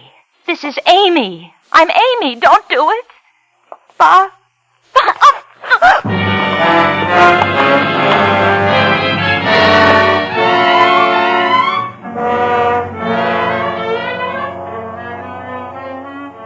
I was pressing my fingers into her throat. She died game this time. Didn't kick or make much of a struggle like she did before. It was almost like she wanted me to do it. And yet, as long as she lasted, she seemed to be begging me with her eyes not to do it.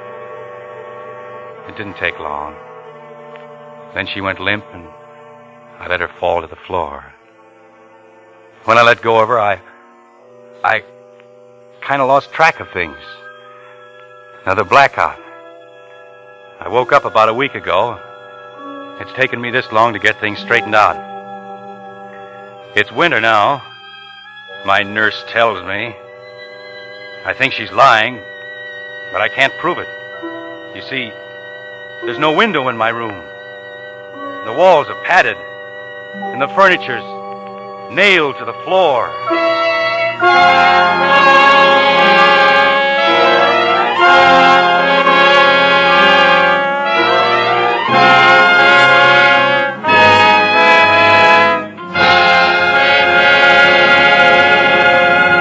Suspense. Presented by Roma Wines, R-O-M-A, made in California for enjoyment throughout the world. This is Truman Bradley for Roma Wines. The easiest way I know for a woman to win compliments for her cooking is to serve Roma California Burgundy regularly with meals. The tempting fragrance and robust taste of red Roma Burgundy harmonize perfectly with a juicy steak, oven-browned roast, or sizzling chop.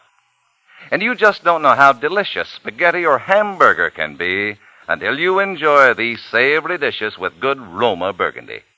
For Roma Burgundy brings out the full, rich flavor of hearty foods, makes dining more enjoyable, more friendly. Try Roma Burgundy with your dinner tomorrow.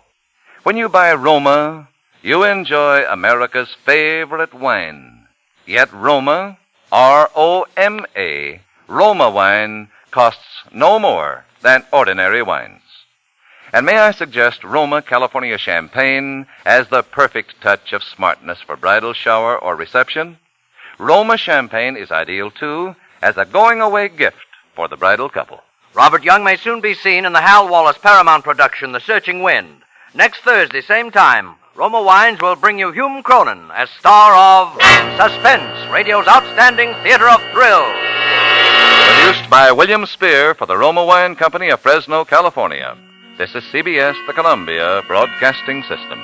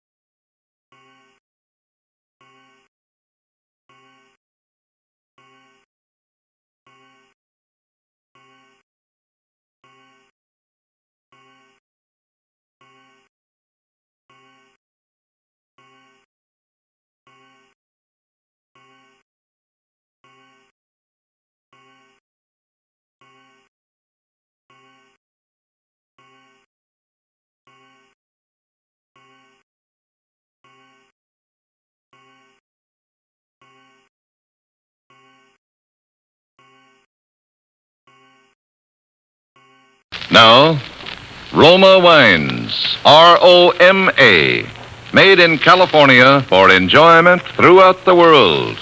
Roma Wines present Suspense. Tonight, Roma Wines bring you Mr. Elliot Reed as star of Return Trip, a suspense play produced, edited, and directed for Roma Wines by William Spear. Suspense, radio's outstanding theater of thrills, is presented for your enjoyment by Roma Wines. That's R-O-M-A, Roma Wines. Those excellent California wines that can add so much pleasantness to the way you live, to your happiness in entertaining guests, to your enjoyment of everyday meals. Yes, right now a glassful would be very pleasant, as Roma Wines bring you Elliot Reed in a remarkable tale of suspense.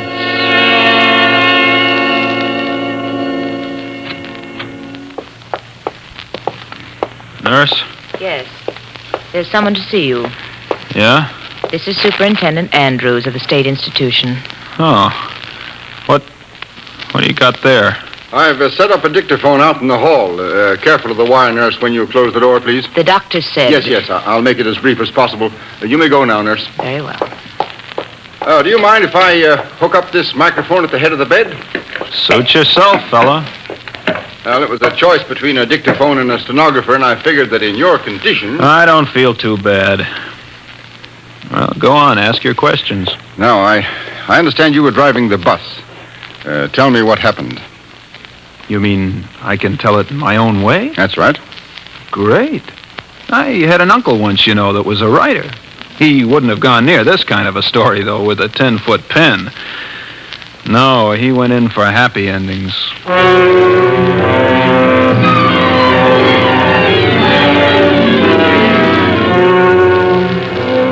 Uncle Mort wouldn't even have liked the beginning of this one. Kind of dreary-like up there at the asylum that afternoon. You remember, there'd been quite a snowfall the week before. And far as the eye could see, everything was a dirty gray. Like a corpse that's been waiting too long for the undertaker. Well, around 4 o'clock, it got so dark, the lights had to be turned on in the asylum. And then the wind started moaning like a lonely banshee. Fine day for a murder, as the fella said. Well, there were 3 passengers sitting in the bus when I went outside for the return trip. 2 men and a woman. Maybe I ought to call her a girl, because she wasn't really much more than that. Anyway, these 3 passengers all had return tickets, and I went down the aisle collecting them. Tickets, please. Can I have your tickets, please? Driver, how soon do we start? Right away, miss. But we're 2 minutes late already, driver. Oh, these little jerkwater bus lines never keep to their schedules. Now we'll never get out of these mountains before that blizzard lets loose. Can I have your ticket, please, mister? You really think there'll be a storm? Why, sure, it can't fail. And, lady, when they have snow up in these godforsaken mountains... Well, this morning on the bus coming up, a man was telling me... Well, here we go, folks.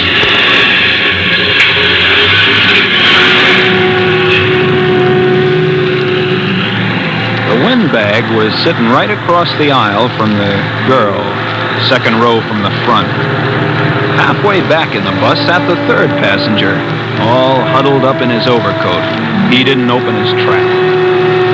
Well, that was the picture as we swung out onto the highway for the return trip. And this guy in back of me seemed to be itchy to start a conversation with somebody as soon as we got rolling.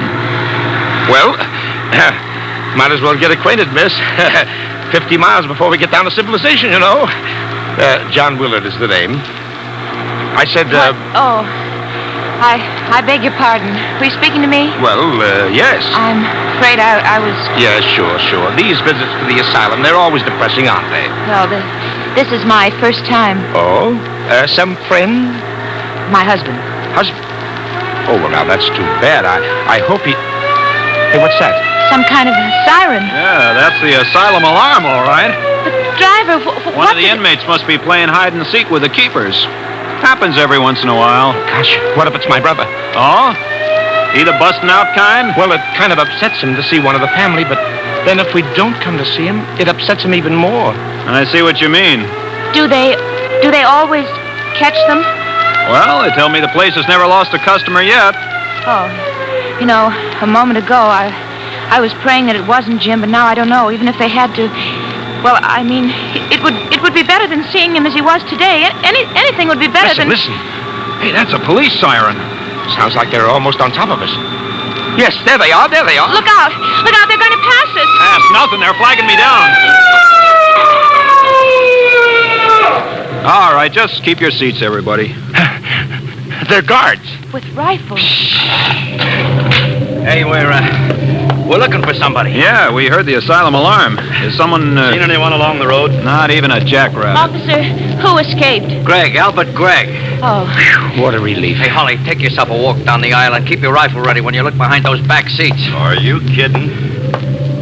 When was this coming out party? I don't know. Maybe as much as a couple of hours ago. Does this Gregg have a gun? Can't guarantee he hasn't.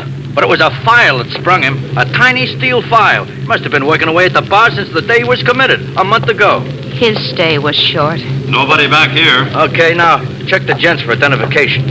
You know how it is, driver. You can't take chances. Oh, of course not. Here's mine. Huh? Oh, okay, driver. Your name, Frank Keniston? You can read, can't you?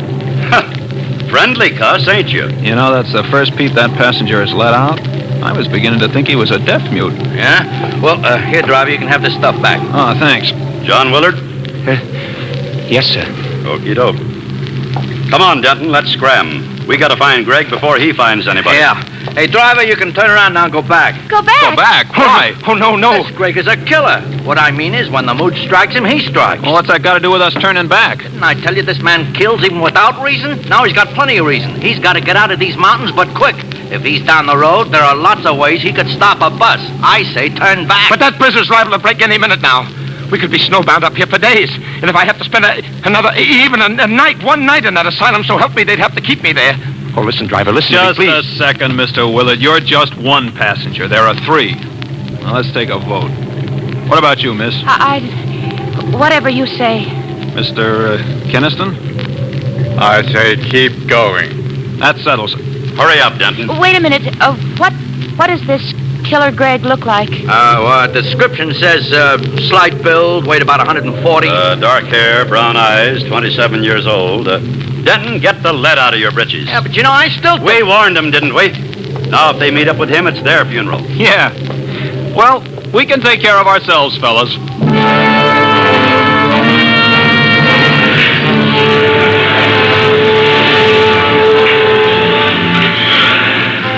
Well, after the guards left, I really set that bus to rolling. Out of the mirror up above the driver's seat, I could see that the girl was plenty scared. But she had nerve, I'll say that for her. When we slid around some of those snowbank curves, her lips would be drawn so tight the lipstick had a white border. But she didn't say boo. Willard, the windbag across the aisle from her, gave up trying to draw her into a conversation. And as for the third passenger, that English guy, Keniston, sitting halfway towards the back there, he kept acting like a clam afraid of losing its oyster. Might as well have had lockjaw, if you get what I mean.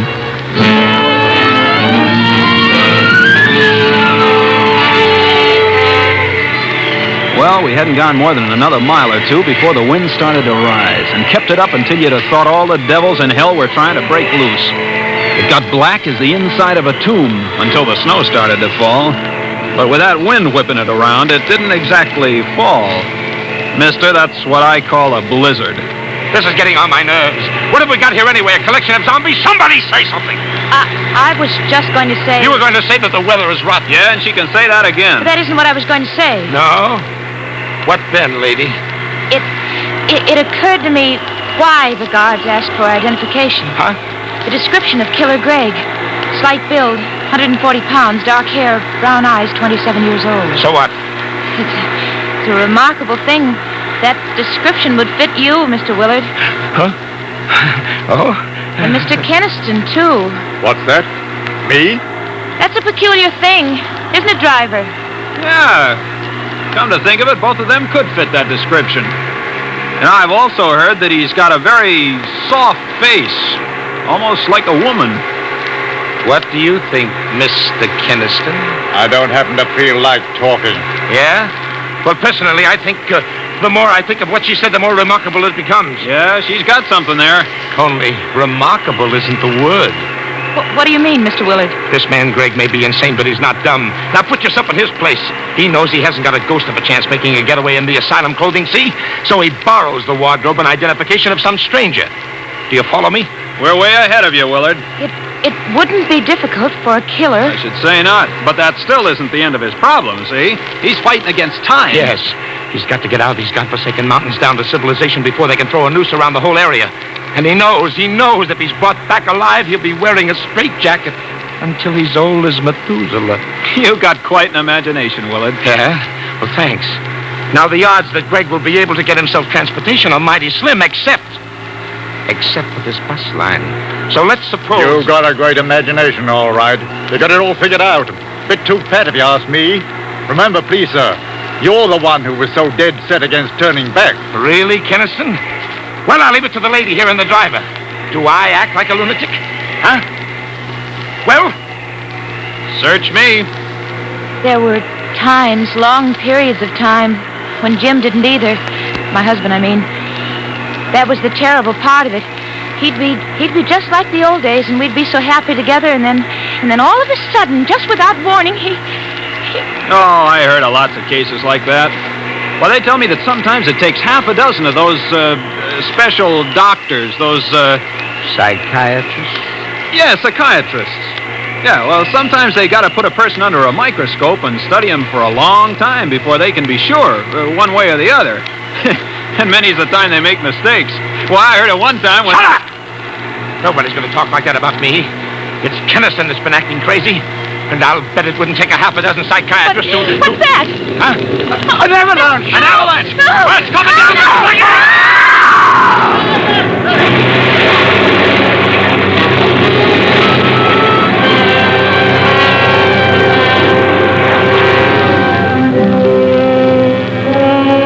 For Suspense, Roma Wines are bringing you as star Elliot Reed in Return Trip, a radio play by Maurice Zimm. Roma Wines' presentation tonight in radio's outstanding theater of thrills, Suspense.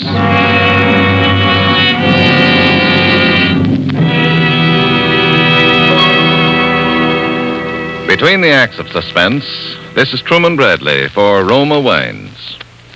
Nowadays, renewing old friendships interrupted by the war is a popular American pastime. For most of us, hardly a week goes by without some friend of pre-war vintage dropping in to say hello. Well, that's one of the reasons so many Americans keep Roma California Sherry on hand always. For the gold and amber radiance and tempting nut-like richness of Roma Sherry capture the very spirit of gracious hospitality. And Roma Sherry does more than welcome guests. Roma Sherry is the perfect first call to dinner. The happy, mellow, moderate wine that suits your every entertaining need. Like the other fine Roma California dessert wines, Roma Port, Roma Muscatel, and Roma Tokay, Roma Sherry is a true wine from just the luscious goodness of the finest grapes. Patiently guided to taste perfection by Roma winemaking skill and resources, unmatched in America. That's why Roma is America's favorite wine. Why more Americans enjoy Roma than any other wine. So insist on Roma, R-O-M-A, Roma wines, and enjoy unvarying goodness at reasonable cost, always. And now, Roma Wines bring back to our Hollywood soundstage Elliott Reed, starring with Wally Mayer as Mr. Willard, Kathy Lewis as the girl, and Raymond Lawrence as Mr. Keniston in Return Trip, a tale well calculated to keep you in suspense. Well, Superintendent, what do you think of the yarn so far? Let's hear the rest of it. Okay. If you'll help me get a swig of that water. Sure. The way they got me rigged up here. Oh, thanks.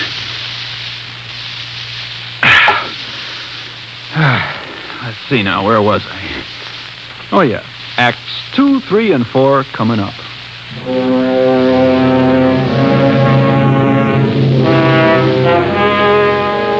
Well, after the avalanche struck, I just sat there gripping the steering wheel, sort of stunned. There wasn't a sound except for the wind, and that was muffled by the snow barrier that packed us in. Even on the far side, the bus was buried up to the middle of the windows. Well, all this was only a matter of seconds, I suppose. And then suddenly the quiet was broken by the most gosh-awful racket. It was as if somebody had up and given the signal for my passengers to go completely nuts. Get me out of here! Get me out of here! Look out! Willard's got an axe! The axe! Take it away from him! Let go of it, Willard! Let go of that axe! No! That did it. He's the one. He's the one. Lucky I saw him grab that fire axe. It's what the district attorney likes to call a lethal weapon. And then some. Step back, he's coming too. Tie him up. You'll find a rope in the dashboard compartment. Get it for me. Driver, I'll report you for this. You will, huh?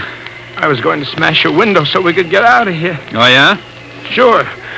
What did you think I... Oh, so that's it, huh? Here's the rope, driver. Now, look here. Wait a minute. You can't do this. You can't tie me up, you fools. I'm not Killer Greg. Maybe he isn't. Maybe. But like that guard said, we can't take chances. If you're innocent, mister, you can prove it to the authorities. If we ever live that long, have you forgotten we're trapped here by an avalanche and a blizzard that could go on and on and on? Just the same... This is ridiculous. Hey, Missy, you feeling all right? No, I'm not crazy, driver. But I guess I was a little. Actually, there's no proof that Killer Greg is on this bus. Well, if you put it that way... It's all my fault, and I'm sorry. My only excuse is that I was just so upset by seeing Jim, my husband. Well, I still say No. Now we've got to start acting like rational human beings. Let poor Mr. Willard up from the floor. Thanks, lady. Well, all right. But I'm warning you, Willard, no funny stuff. Oh, snap out of it, driver, will you? We've got to get out of this mess. Hand me that axe. Do I look that dumb? Oh, all right. Then use it yourself. Smash your window so we can crawl out. Willard, even you don't look that dumb. What makes you think the windows won't open? Huh? Then open one. What for? To let in the blizzard? But we've got to get out of here, driver. Not me. It would take a bear to make even a city block in that windswept hell. But we can't stay here. Why not? We're not freezing. Yet. The driver's right. Our best chance is to sit pat until the storm lets up. Yeah, but what if it doesn't, huh? What if it lasts longer than we do?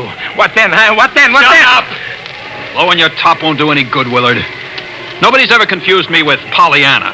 But things could be worse. This is as good an igloo as any, and if and when the weather clears, well, we can send out a party for help. Or maybe a road clearing crew will come to our rescue. Yes, I suppose that's the sane thing to do. Wait here. How about you, Willard? You also decided to do the sane thing? I don't like that crack. You one more like it. Look, we're not starting that again. Now, it's going to be a long night, and we might just as well make ourselves comfortable and try to get some sleep. Sleep. Cut it out. Now, miss, you take the back seat. It's the only one that runs the full width of the bus. You can use your lap robe for a quilt. All right, driver. I want to apologize again to everyone for the way I behaved. Casting suspicion. Forget it. You need any help? No, thanks. I just don't know what came over me starting that idiotic talk. Please believe that I did... Why... What's the matter? Why are you staring at the floor? Well, say something. Look. Look. File. A tiny steel file. The one that Greg... After the avalanche hit, there was a mad scramble. One of you lost it then. One of you is Greg. Killer Greg. Let me out of here. Oh, let me out of here. Please let me out of here. Oh, I just got to get out of here. Well, we just let her wear herself out, kicking and banging on the door. Nobody said a word. Willard and Keniston just stared at me and at each other. By and by, the girl stopped her fussing, and then she stood and stared at the three of us in rotation. It would have made your flesh crawl. Outside, the blizzard was getting worse, if possible. Finally, I reached into the watch pocket of my pants and brought out the old timepiece. What time is it, driver? I broke the crystal. It still says 3:45. It's 5:30. Only an hour and a half since we started out. An hour and a half. 5:30 in the afternoon. The very best we're stuck until morning. 16 hours. Might as well be forever. Look, miss, we just got to make the best of it. I still think you ought to go back to the rear seat. And sleep? If you can. Willard, the driver, and myself will be keeping a rather close eye on each other. In the light of recent developments, you'll be all right. Here, driver, give me that axe. Huh? Let her have it for her protection. Sure, let her have it. Yes, give it to me. Okay. You holding on to the file, too? Of course she is. The file could also be a lethal weapon. Well, she took the axe and the file back to the rear seat with her, and we all sat down to wait. Those were the longest seconds of the longest minutes of the longest hours that ever... Well, somehow it got to be 9 o'clock, 10, 11. Finally, it was midnight.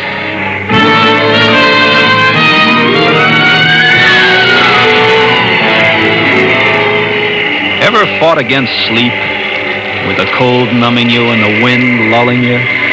Sometimes even the fear of sudden death can't win against those odds. Time and again, the girl's eyes would close just for a second, and then they stayed closed longer, and her head nodded and her body slumped over against the corner of the seat. I got up and started down the aisle. Where are you going? Shh, Keniston. Can't you see she's asleep? Where are you going? Her lap robe slipped to the floor. I was going to pick it up and cover her so she wouldn't freeze. Any objections? I'll do it. Oh, no, you won't. Go ahead, driver. You see, Keniston? Willard thinks I should do it. That makes it 2-1.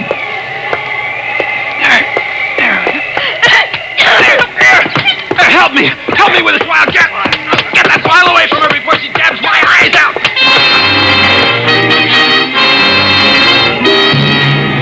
She was like a devil on a pinwheel. And I was lucky to tear loose before she did any more than nick me about the face. Afterwards, when Willard told her what I was up to, she apologized. But I didn't go near her again all the rest of that night. Well, about 5 o'clock, the blizzard stopped.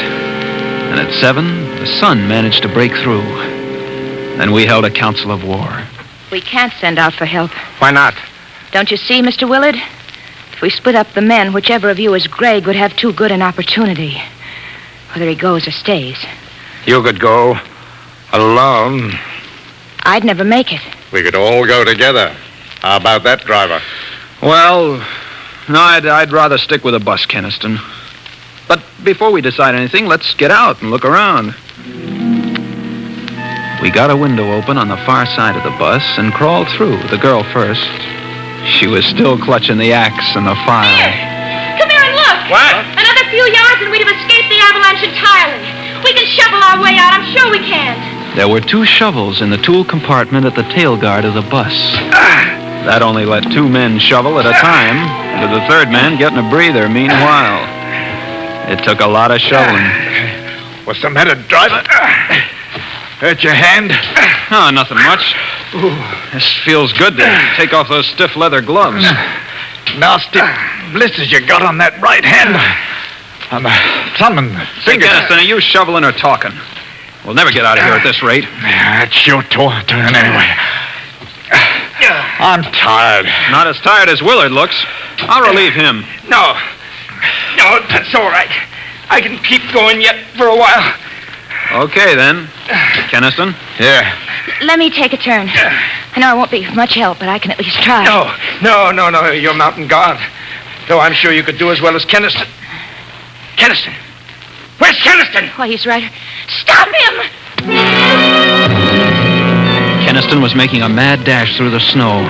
Willard dropped his shovel and tore after him. I yelled for Willard to let him go, but I don't think he even heard me. For a while, it looked like Keniston was going to make it. But then he floundered and fell in a snowdrift, and before he could get underway again, Willard nailed him.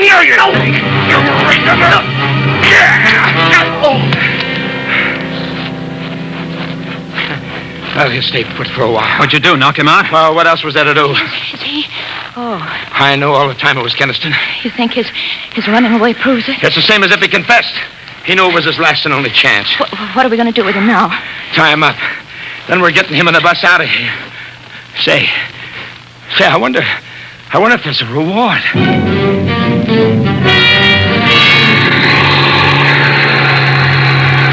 In no time at all, we had the bus clear and headed for civilization.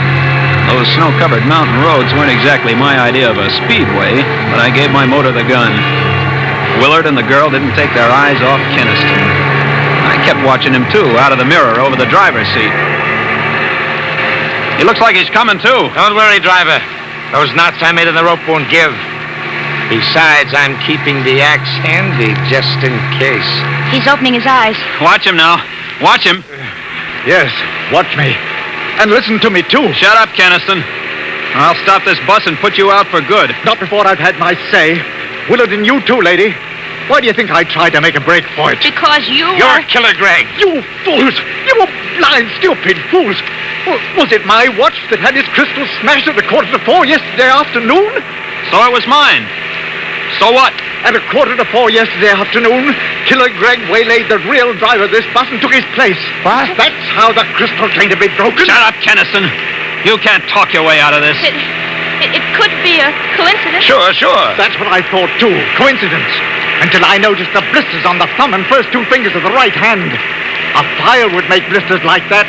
A file held in the right hand of Killer Greg. Look at him! Look at him! It's true! Greg! Greg! Don't come a step closer, any of you. You make the slightest move and I'll crash the whole lot of us. Don't do it, Greg. Stop the bus. We won't do anything. It was a perfect plan. It had to work. If only that avalanche hadn't come along. But I'll still make it. I'll make it even if I have to. Look out! Then turn!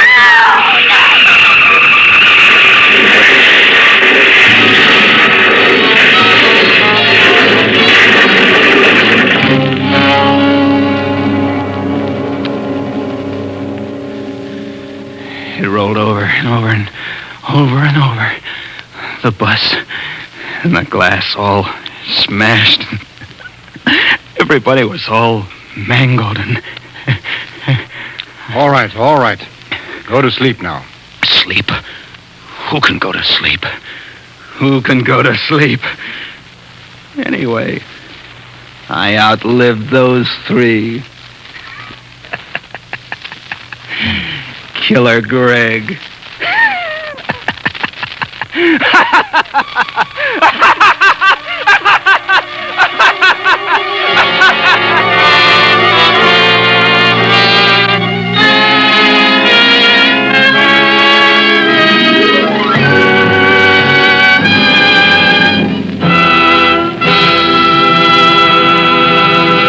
Suspense.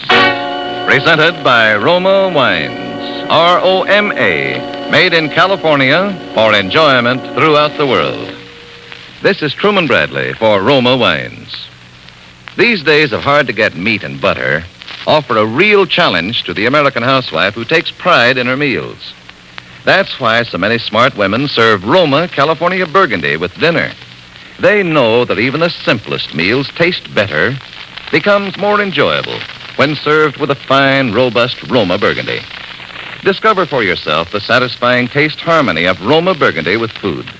The next time you serve a savory pot roast, oven-browned meatloaf, or a piping hot dish of spaghetti heaped with a spicy sauce, bring out all its flavorful goodness with a bottle of red Roma Burgundy.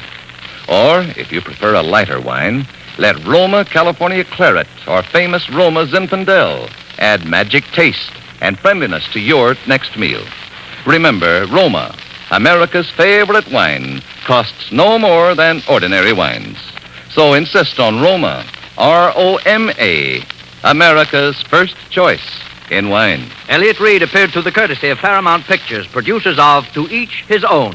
Next Thursday, same time, Roma Wines will bring you Mr. Leon Ames as star of Suspense, radio's outstanding theater of thrills.